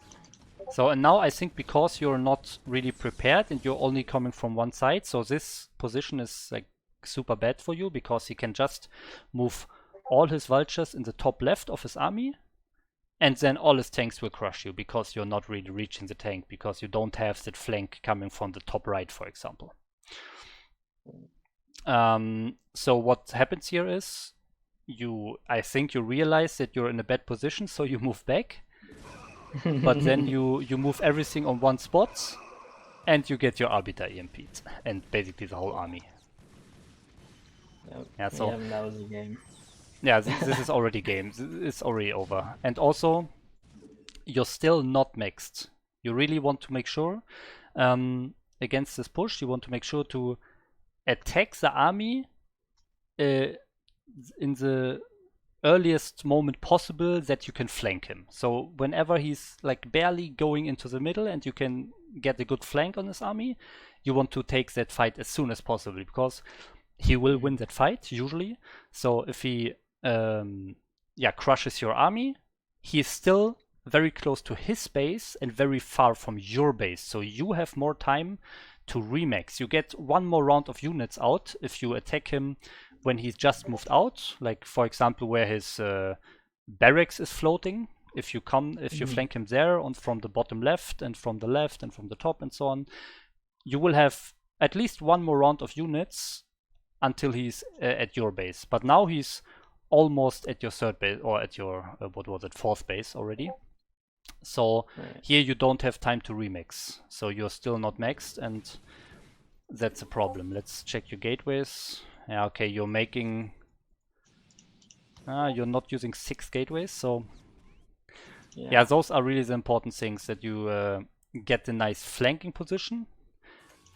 You want to have enough gateways, and you want to max your army as soon as possible. You want to always be maxed. But I think you're focusing maybe a bit too much on the recall before, and now on moving your army, but not on remaking your army. Yeah, makes sense. Yeah, definitely didn't have enough here by any means. Yeah, so I mean, I said some things about the opening, that you're a bit low on units, but overall what it comes down to in this game is really the flanking and the gateway count and the remixing. So those are the 3 important things against that this tank heavy Terran push. Makes sense. Thank you. Yeah, and I that'll think help definitely help my PvT. yeah. So also, I did say GG. I didn't realize it was on the chat, so my bad, father. That's fine. I don't think anyone assumes that we have like bad-mannered people here who hate everyone else. All good. Thank you so much for your analysis. Yeah, no problem. Okay, so that means we will go to the third game of today with the third person. But maybe we have some questions about this game first. I think we had. I don't know if we talked about this before yet, but we had Hella Bacon asking about like queuing units and kind of like what your thoughts were about that. On queuing units in your gateways. Yeah. Yeah, queuing units in your gateways. Yeah, so I said it during that replay already. So if you're still building up and you're not maxed, you have all those gateways that you can spend your money on, but once you're maxed, you lose that opportunity and you will have a lot of money that you are not used to because it was so easy to spend it on the gateways. So in that one moment, you will have a lot of money after you're maxed. And if you don't really have a lot of gateways, because, well, you should have gateways, but if you really forgot about them or so, and you think there will be a fight coming up and you will focus a lot on the fight, or you will do a recall or stuff like that, and you know, okay, some of my focus will be on something else, and I have 4K anyways. If I have that 4K, just use it anyways. Just use it. Queue all your gateways. It's fine. It doesn't help you anything if you have only one unit in your gateways, because you see pro gamers only having one unit in the gateway, but you're sitting there with 5K in the bank that you're not spending at all, and then you have that one unit that you had in your gateway finishing, and then you don't have the second unit starting to build. So that's a problem. So whenever you're not like confident in your ability to really start every single unit right before the previous one is finished, just queue them up, spend your minerals, really spend the minerals. That's the most important part. If possible, get more gateways, but make sure to spend that minerals. That's the most important part. 5K, 4K, 3K in the bank will not help you in any way. So any question you have, the reply will never be, yeah, keep that 3K in the bank. You will never hear that. Okay, so that's my reply. All right, we do have two more questions. One is, how about probe count? Don Ursa says he missed a little bit of the last game, but it seemed like he had about 80 probes, and he was wondering about Yeah, it always depends a bit on how many bases you have and so on, but I think like a rough number for PvT, if you have like 4 or 5 bases running, is around 70 probes, I would say. Of course, there are some games where you have, let's say you have 2 bases or 3 bases for a very long time, you have a lot of fights, and you don't manage to get your 4th base, and then it drags the game out so long, you have so many fights, and you take your 4th base when your main and naturals already mined out. Then you only have your 3rd base and your 4th base running, so you only have 2 bases running. You don't need 70 probes for 2 bases, so it always depends a bit on how many bases you have mining at the same time. If you only have 2 mining at every point in the game, you can even stop at, I don't know, 55 probes. But I would say in general, if you have 4 or more bases running, I would say like 70. Okay. Okay, and we had one last question from Pete again. He just wanted to know your kind of general opinion on 2-base Arbiter versus 3-base play, and then maybe we can try and get into the next game if Blizzard will allow. I think they want to play on Sylphid if you want to host. Yeah, I will already host for Ray 1 will be the game name again. So the question was 2-base Arbiter against 3-base, right? In PvT. Yes. Yeah, that's usually what I do. So in my ladder games, I'm playing. I'm not so focused on always having one more base as soon as as soon as possible. As soon as I see the Terran starting a third, I have to do it, or I have to have it running already. I usually make sure that I will not die, so I get enough gateways and tech to arbiters. But of course, the main part to decide that is the observer in the Terran base. If you have the observer in the Terran base, you can see the factory count and you can see how many units you need to combat his army if he would push out. So if you see, okay, he has only 2 factories, then of course get the third base very early while taking 2 arbiters, that's fine. But if you see him really adding 3 or 4 more factories on 2 base, you don't get that third base. You don't just blindly follow that rule. Oh, I need 1 more base compared to the Terran, so he's on 2 base. I need to have 3 bases right now, but he's all in pushing on 2 bases. That's not how it works. So always count the factories and yeah, basically make sure that you don't die. You need some experience for that, I guess, but yeah, don't focus too much on that +1 base, I would say. Okay, so I hosted the game and I don't see anything, so I say remake again.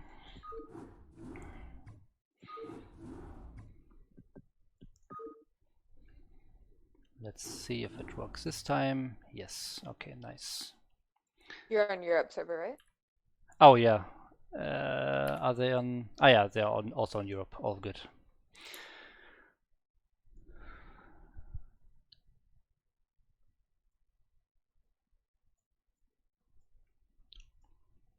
Okay. So we have a PvZ now. That will be interesting. Our player to focus on is Dragoon.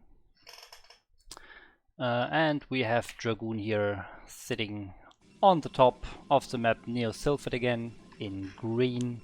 And his opponent will be DM Keen as a Zerg in the grey color in the bottom right of Neo Sylphid. Okay, so we have a different matchup now. So again, in the beginning I will talk about the different things you can do in the beginning or what you have to keep in mind depending on the map or so. So in general, against Zerg, there are 2 main openings that you can do. Both are a fast expansion, but one is with a forge first, where you get the forge and then cannons, and then afterwards you get your gateway and your like cybernetics core and tech going. And the other way is you get your gateway first and you apply some pressure maybe with some early zealots, and then you get your base behind it, and then you get your forge. Well, depending on the Zerg, of course. If you go for like a 9-pool speed rush, then you get your forge before the Nexus, but in general, those are the 2 openings. So forge first or gateway first.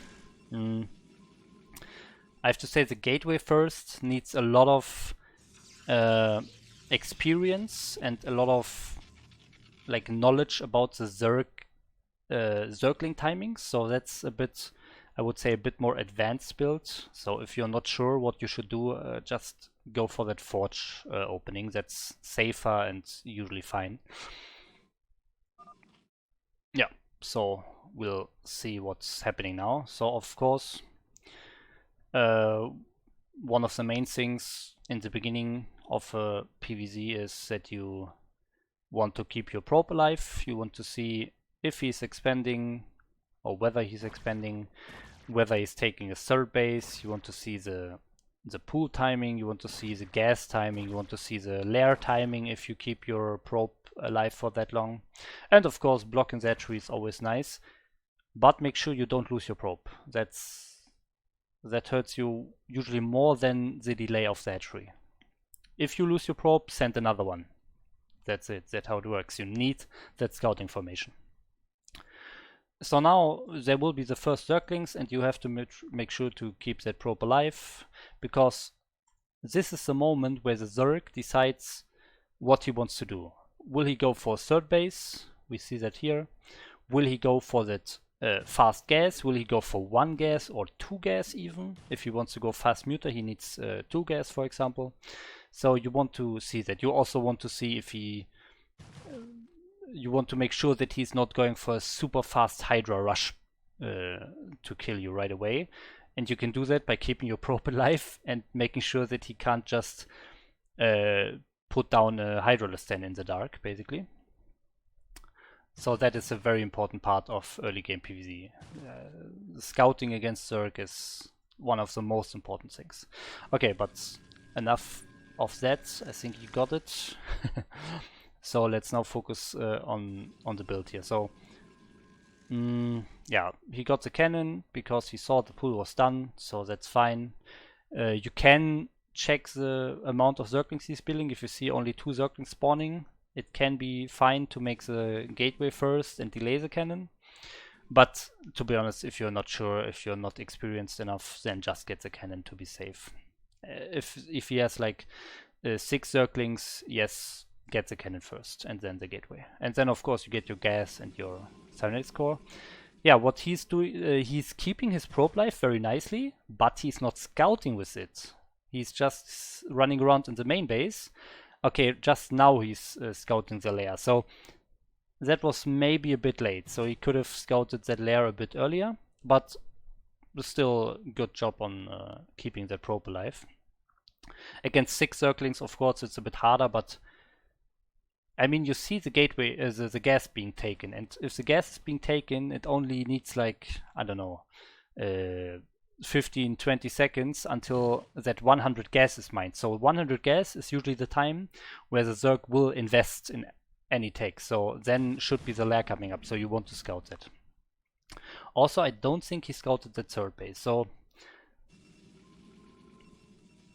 yeah, he kept his probe alive for a pretty long time, but he failed to scout to some extent, some things he failed to scout. So, but he's sending out another one. I really like that. So you really want to make sure to scout that third base to confirm that the third base is there. Otherwise, that can be 2 base all in, 2 base mute or so.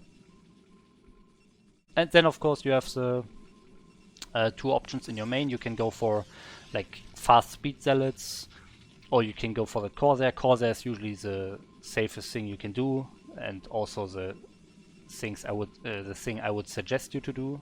You need that scout information, because now, as I said, the lair is now done. So now you want to see what the Zerg is doing. Is he adding a Spire, or is he adding a Hydrolystan?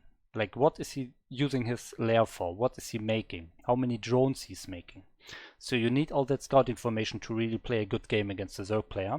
So that Corsair is the best way you can accomplish that. So yeah, the things to look out for with the Corsair is, yeah, I mean, obviously the buildings that he's building, the Spire or the Hydrolystan, that's like the obvious part. And the maybe a bit less obvious part, but still very important part, is the drone count. You want to see how many drones he's making. If he's making a lot of Hydras already and his drone count is a bit lower, you might want to add some more cannons and play a bit safer. But if you see him adding millions of drones without any Hydra or Mutalisk or whatever, you can be a bit more greedy yourself, and maybe you want to get the third base, or you want to maybe even push out if you have early zealots speed or so. Yeah, so otherwise, of course, what you always want to get is the +1 and then the speed after the Corsair. Okay. Yeah, so it looks like he added some zealots. I mean, like 4 or maybe 5 of them were produced out of this one, and then he added 2 gates. I'm not sure if he really used them all the time. If not, I mean, why would you get them if you don't use them? But I will assume that he has zealot speed in the making, and he will move out with 12 or 14, whatever, zealots. And the things you want to do with that is, again, check his Hydra count, because you actually confirmed that he has a Hydra then, and usually when the Zerg has a Hydra then, he's not going for many mutas, or not right away at least. You want to check again with the Corsairs. You don't want to do one scouting fly in and then let it sit in your base. You want to keep scouting. Okay, he's doing that now. And now he's also moving out with speed zealots. So again here, you don't have to do damage. If he's in a nice defensive position, like behind some buildings here with a lot of Hydras, you will not do damage with those 12 zealots. So don't waste them. Don't just throw them away because you think you have to do damage. No, you don't need to. You can also use them to get your third base. That's totally fine. You don't need to do damage. You want to see how many Hydras he has and how many drones he has, if possible. But you have the Corsairs as well for that. Okay, so now he has not really scout information, so he does not see the Zerg moving out. So this is dangerous. Those High Templars can easily get sniped if you move out too early against mass Hydras.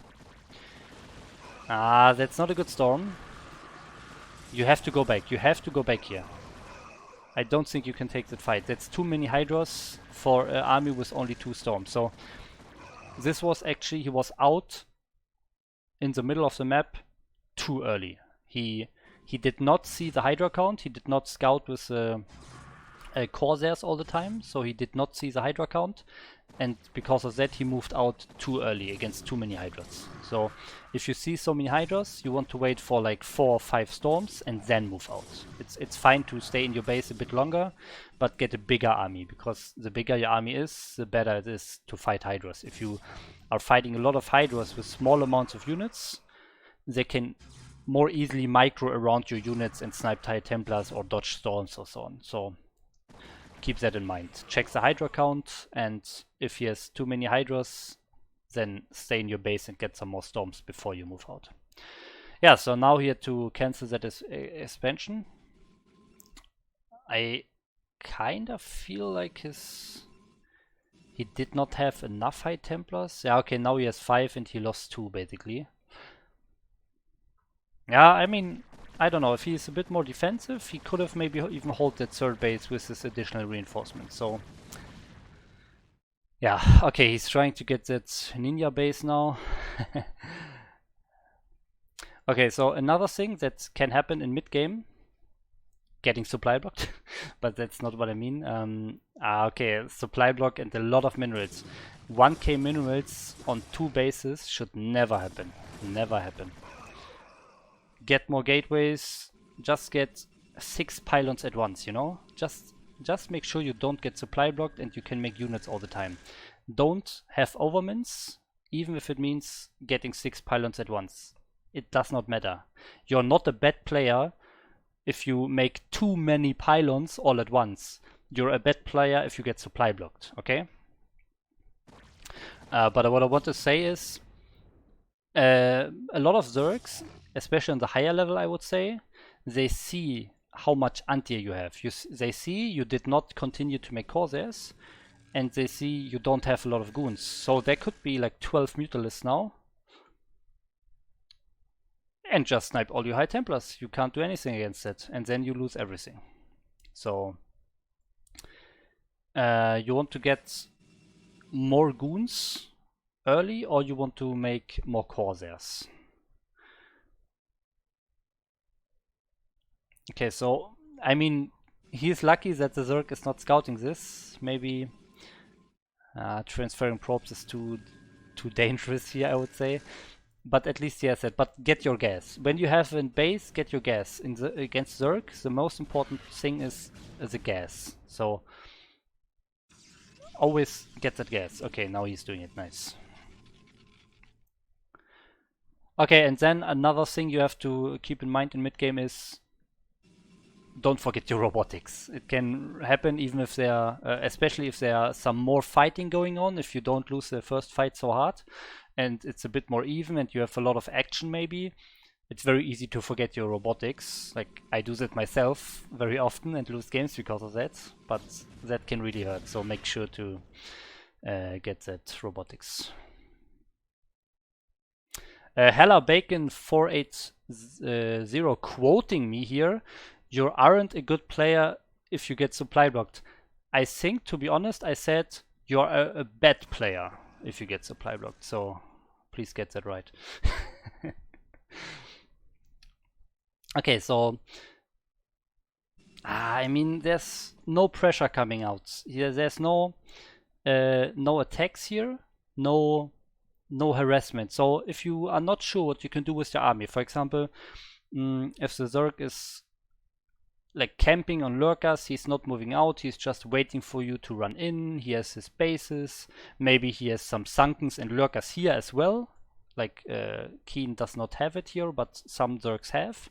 So if you really can't do anything with your army, make sure to get that shuttle, maybe even speed shuttle, and go for jobs all the time. Go for jobs. Make sure to drop the hell out of this Zerg. I mean, there's nothing else you can do. You're sitting your whole army in the middle, completely doing nothing, and you let the Zerg just play his game that he wants. You can see the supply. This is a very bad position for a Protoss player. A Protoss player wants to be so far ahead in supply, and you can see, since the Zerg could just play his game and there was literally no damage taken at all the whole game, that means he can just out macro you. A Zerg works that way. He will just out macro you if he can do what he wants. If he can get all the drones he wants, if he does not take any damage, he will out macro you. That's just it.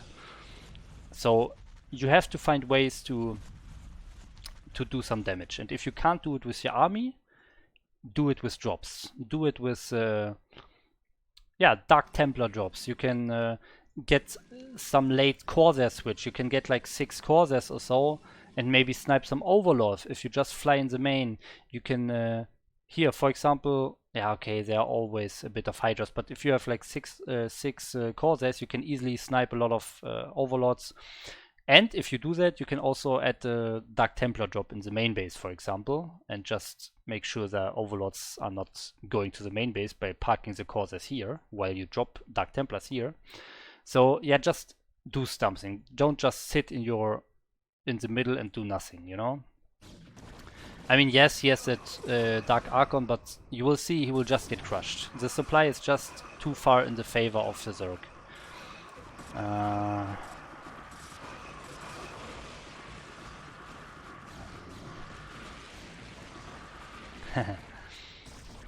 Yeah, so yes, you are killing some units, but you can see the supply. The Zerg doesn't care. He has so many more. You will never use his whole army, so even if you win a fight, if you didn't do any damage to him, he will have 3 other armies like this, you know? And now he stormed his own observers, by the way. Yeah, I mean... Okay, so let's work with what we have here, okay? So you didn't do any damage to the Zerg. The Zerg is able to just macro like he wants. He has more supply. You are actually behind in the game, but you still have this base that he did not scout yet. You want to make sure that you can get more bases and maybe get cost-efficient fights. You can do that by getting Reavers, for example.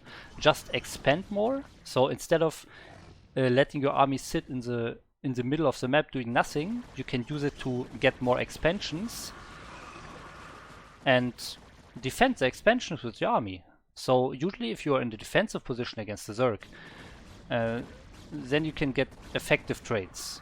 But you're just sitting in the middle, you will probably don't get effective trades. So just take bases and make the Zerg attack you, because you have so much more bases. again, don't just blindly think that, oh, I'm a Protoss, I have like 2k overmints right now and I have a big army that I can't use. But the Zerg has 4 bases and I have 3. A Protoss is supposed to have less bases than the Zerg, so I cannot take another base.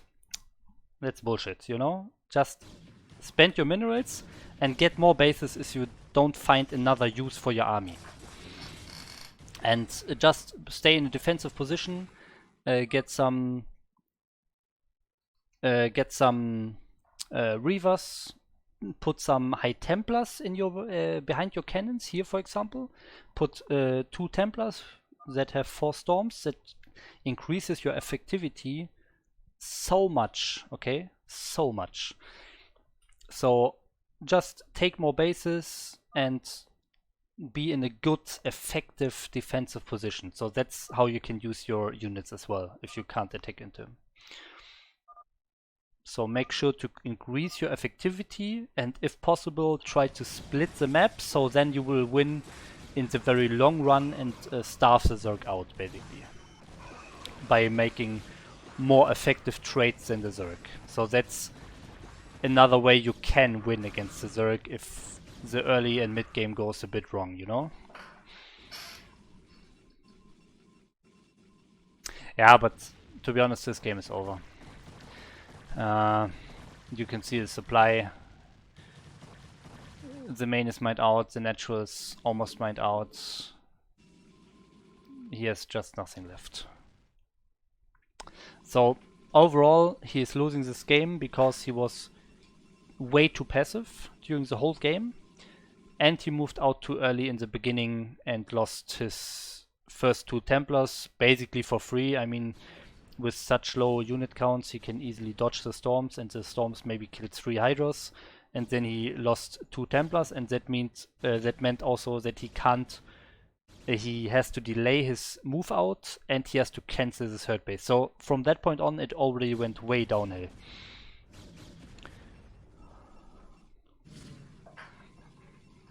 And now it's over anyways against Dark Swarm.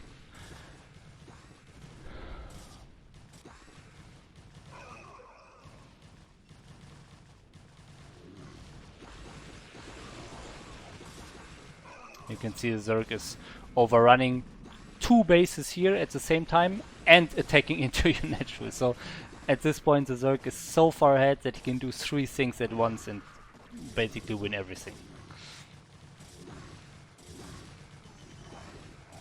Oh my god, some micro mistakes as well. This must be a very frustrating game for Dragoon as well. And I know PvZ can be very frustrating. Sometimes you just feel helpless, you know? You just feel like, the Zerg has too much and you can't do anything. Yeah, so it's very hard for me to say everything at the same time while the game is going, but I will say a few more things in the replay. But I mean, I already said a lot of things, but in the replay I can say at least 1 more thing, or 2 more things. But let's now finish. Let's wait for this game to finish. I mean, it's almost over anyways now. And then we will get Dragoon in here and go over the replay. By the way, Zerg not really reproducing right now. 4k in the bank, not maxed. Focusing a bit too much on the fights, not really macroing right now.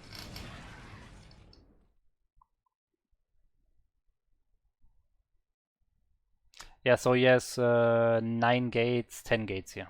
So that's not enough, yeah. He had 3 bases for most of the time, so you want at least like yeah, 10 to 12, okay, but rather 12 than 10. And also I'm not sure when he added those gates. I think they were a bit too late maybe.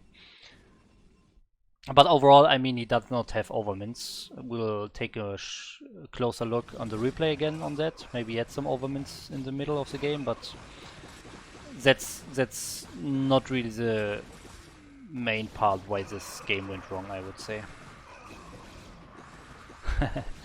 So maybe here, I think maybe he has some hope. Maybe he can finish the game now with this one army, but we already know this is not happening. There are some lurkers. He has no observer in the army. Oh, that's just one question in the chat. How many gates per base should you have as pro? I would say around 4 gates per base. So if you have 3 bases, that's 12 gates. Of course, when you just take the base, you can't just usually don't take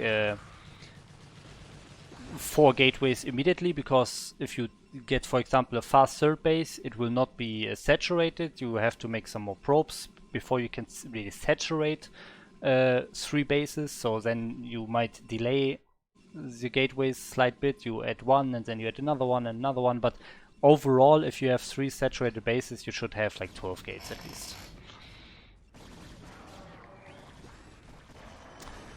Right. If you feel like you have to get to the replay ASAP, you can feel free to message him in game, and we can just go straight to the replay. Like yeah, it's over anyways now. Yeah, so just message him in BattleNet maybe. Yeah, there we go. Okay. Yeah, I disconnected, but I will come online again.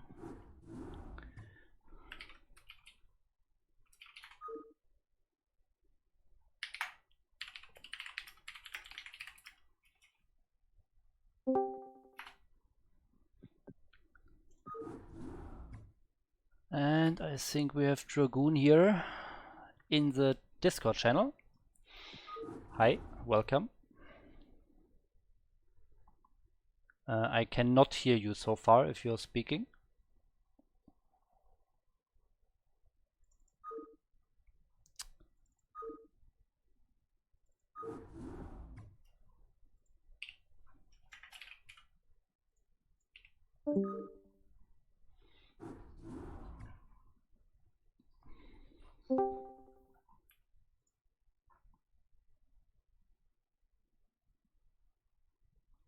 Still can't hear you. I assume you're talking. Yes, can you hear me now? Ah, yes, now I get okay. Yeah, okay, so let's go over that replay. Was a tough game, probably pretty frustrating game, I would imagine. I'm used to those types of games, so it's okay. Okay, so let's try to make sure that you're not used to it for longer. Okay, yeah, let's start here.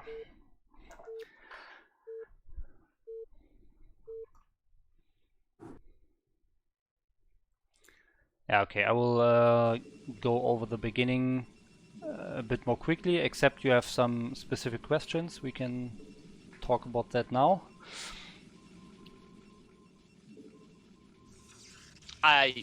Was that to me? I'm sorry. I said I will go over the beginning a bit more quickly. Otherwise, or if you have some questions, we can talk about them now. No, I don't have any personally. I mean, I'm sure they'll come up naturally as the game progresses in the mid game, because I'm a very passive mid game player, I feel like. Yeah, that's exactly what I said. That's exactly what I said during the game. Okay, so yeah, we'll take a look at that when we are in the mid game. So here in the beginning, I basically just said it's important to keep your probe alive. You know that you're doing a pretty good job on that. The only thing that you could improve is you run around in the main base a very long time, and you don't really scout the third base or the lair timing. So you just circle around in the main base without really getting scouting information. So now you see the gas, so that's good scouting information, but now you basically stop, I think. So I did poke into the natural to see the lair. Ah, you did? Okay, maybe I missed it. Or maybe it was a bit too late, I don't know. Yeah, okay, I guess it was a bit later. Yeah, okay, I guess it's fine, yeah. It's fine, yeah. Okay.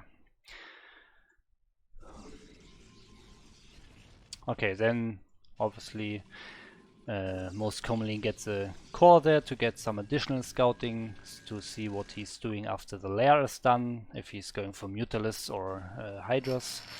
So you do that as well.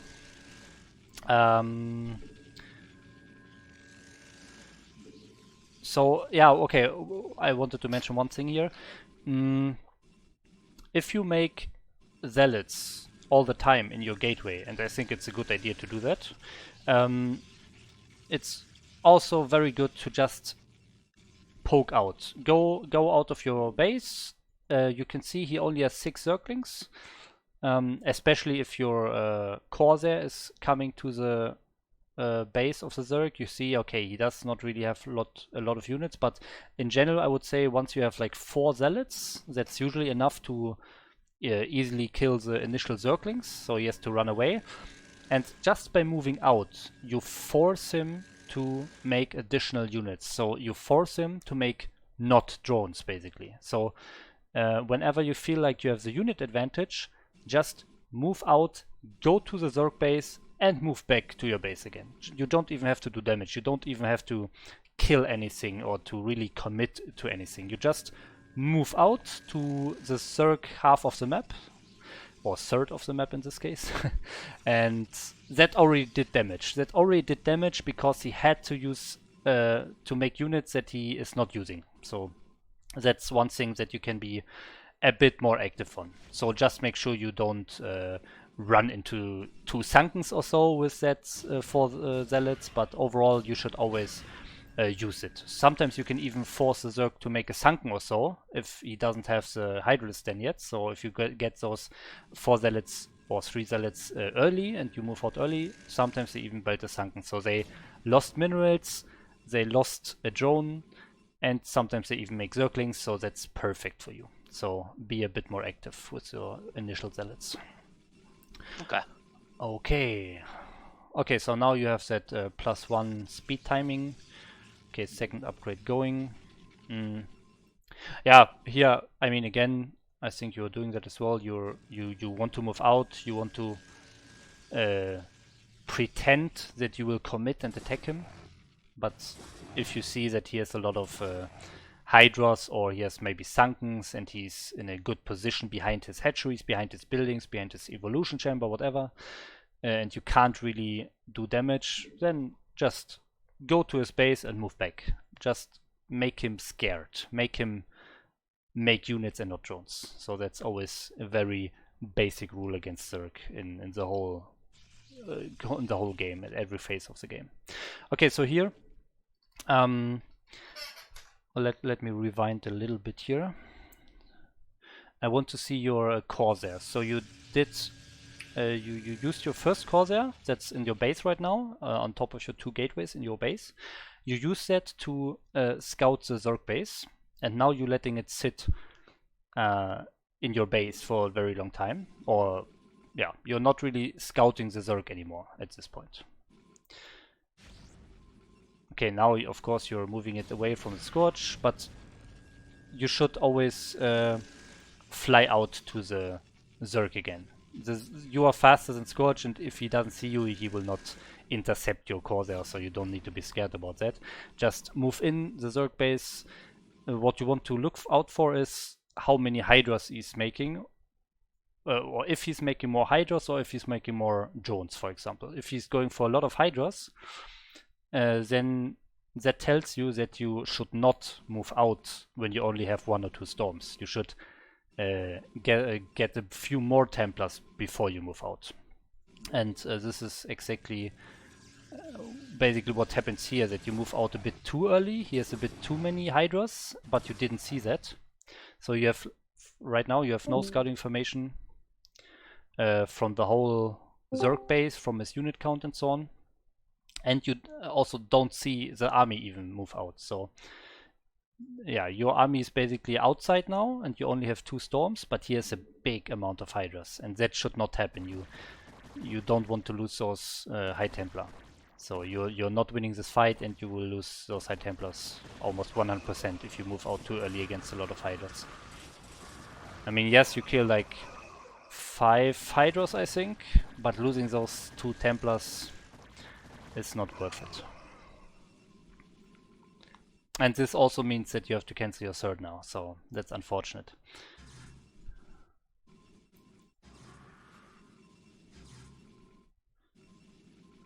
With those 2 High Templars that spawn now, if you had the first 2 still, then you have 4 Templars and you can move out, I think. And then maybe even you can secure your, or you can save your third base.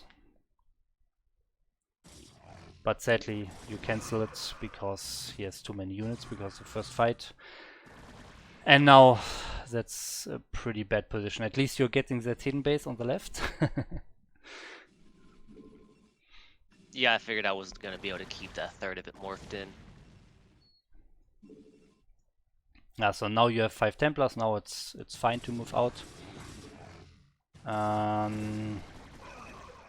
Yeah, one thing I also said here in this moment is the Zerg can switch to like 12 Mutalisks or so, or 11 Mutalisks, and then kill all your High Templars. You have only 3 goons here, so and you have no Corsairs here, so your anti-air is basically non-existent, so he can easily snipe all of your Templars, and then he can just finish you right now. So what you can do, you have 2 options basically.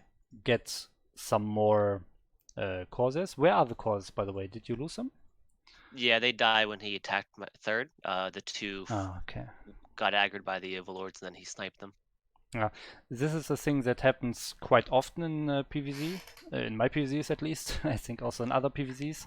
When the Zerg killed your Corsairs, very often they will do that switch to the Mutas because they know, okay, you have no anti-air anymore. They can easily get all the High Templar killed.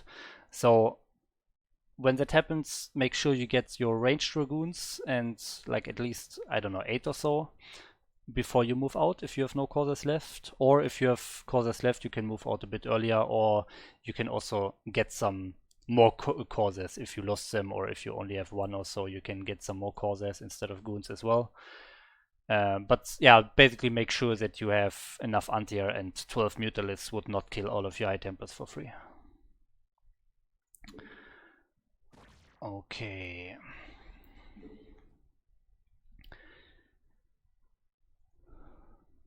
Yeah, so the main part of this game, as you already said yourself, is your passivity or passiveness. I don't even know.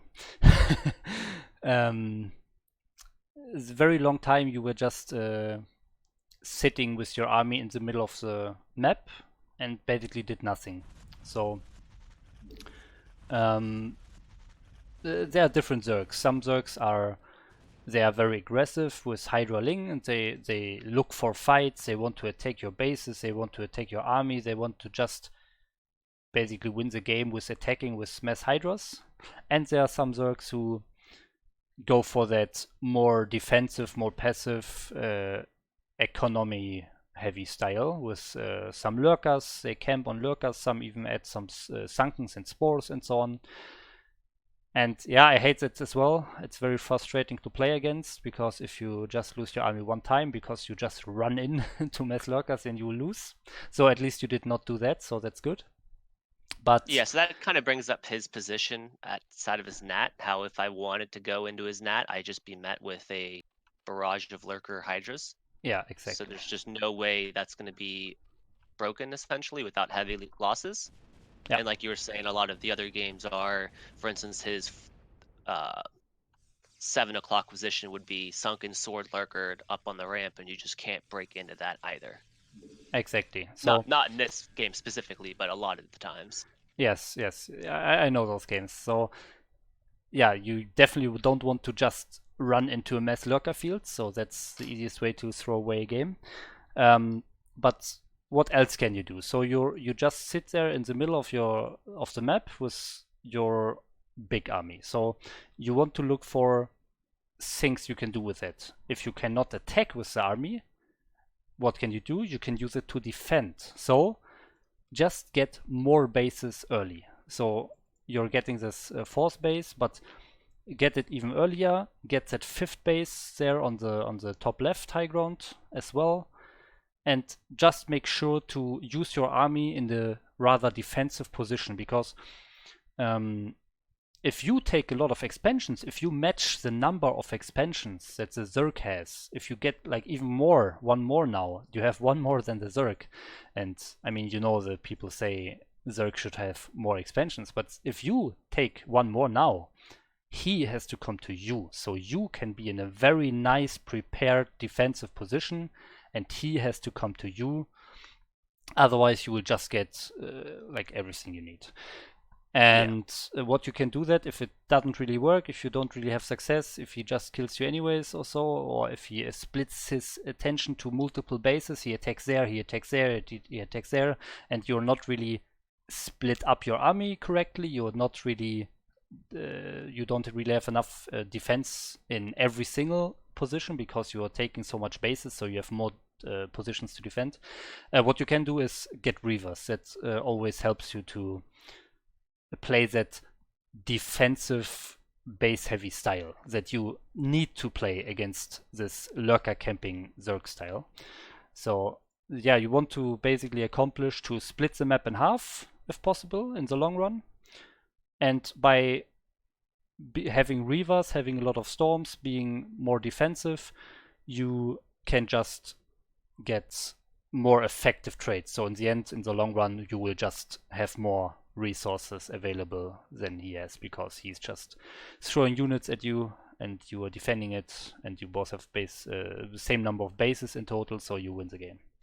So that's like the general idea against this camping style Zerg. And one other big thing that you can do instead of just sitting in the middle is go for harassment. So don't use your big army to attack, because you can't, but find like little weak spots and maybe harass, and for example get storm drops in, get the speed shuttle, or gets also like 6 Corsairs. You can like build a new Corsair fleet, and if you see a lot of Overlords bunch up, you can kill them. In this case, not really possible, because he is very nicely his Overlords all positioned on top of his Hydra, so not really possible. But for example, let's say you drop 4 DTs in the main base of the Zerg, and then you have like 6-7 Corsairs sitting between the main and the natural. He will have a hard time to get Overlords there if you're just sitting on this ledge between the main and the natural, on this cliff thing there. He has to fly around, and your Dark Templars will always do damage. So if you don't have anything else to do with your army or with your attention most of the time, so do that. Do jobs, a lot of jobs, Dark Templar jobs, High Templar, Storm jobs. So that's another big thing you can do. If possible, the most ideal thing is doing both. So take more expansions, stay defensive, get Reaver for extra defense, and then go for many drops and harass. So that's the way that you can really play way more effective with your resources compared to the Zerg, and in the long run you will just out macro him basically. Okay, so that's my monologue about the camping Zerg style, how you play against it. Okay. Yeah, so yeah, in general, I mean, you can see the supply. I think you know if the Zerg has same supplies as the Protoss, it's usually not good. So there's really nothing stopping you from just taking the top left, for example. Yeah, and I mean, there's really not super much to talk about apart from that, because the rest of the game is basically just him out-macroing you, him maybe trading more effectively. Zerg just has a better game if he can macro for so long without taking damage. That's just how StarCraft works. Yeah, I find myself in the positions where by this point of the game I'm just defending the barrage of Zerg. Yeah, so then it's already a bit too late. So what you want to do is do it earlier. Do at 12 minutes or so, or yeah, 12 minutes I would say, around that time. Take more bases and go for mass harassment.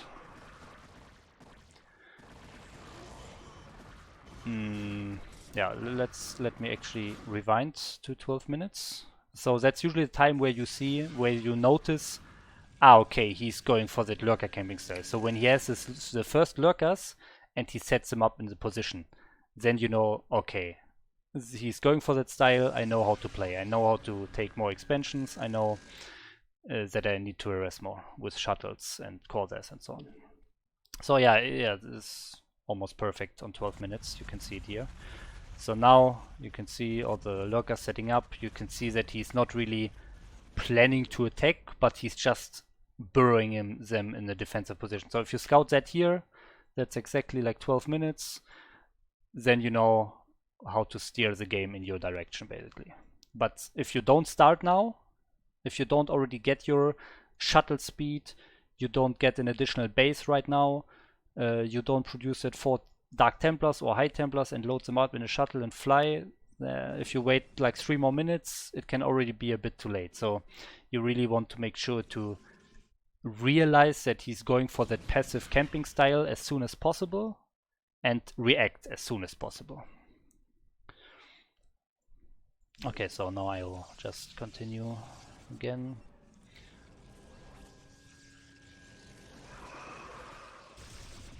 Okay, yeah, I mean, now it's already too late. You can see the supply. You lost your bases. It's really already too late. Yeah, so it's about scouting it as soon as possible and harassing and expanding as soon as possible before he can have his barrage of units going at every base of you. Yeah. Yeah, and the other big thing was be a bit more active in the beginning. Move out with your initial zerglings, just zealots, I mean. Go to his base, make him, or force him to make units instead of drones, so that can delay his macro style as well.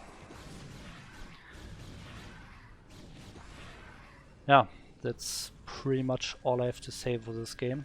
Do you have any other specific questions? No, I think what you're saying, it makes sense about just trying to be more active, more show more force on the map, be more present on the map, not just in the middle, but actually showing the force like in front of the bases. And then while kind of the armies are floating around the map, do some sort of harassment to force, because a lot of it's just making him spend larva not on units, because that's where the big advantage comes out of it, I believe. Not on drones, you mean? Yeah, making them spend. Yeah, correct. Yeah, exactly. Yeah, so that's the most important part, like in the early mid game, to pressure as much as possible.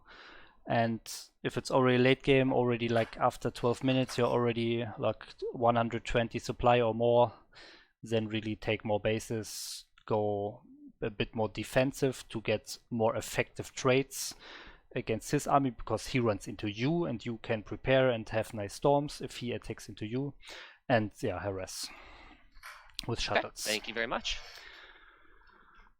Okay, yeah. No problem, and hopefully it goes better in your next games. So good luck.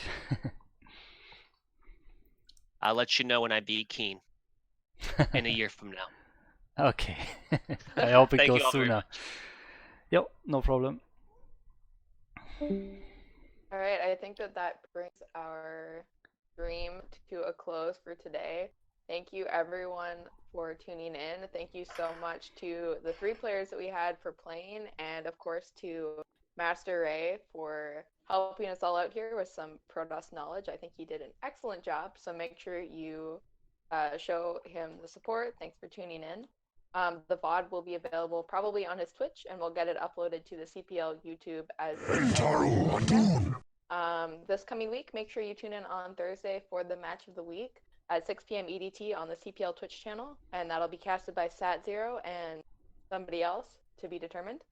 And the next 2 Apocalypse show matches are May 1st with Ashen versus Bojack, PVZ at 4 p.m. EDT, and the following Monday, May 4th, at 2 p.m. EDT, which will be YM Noob, aka Shroom from NAS, versus Silver from Soul.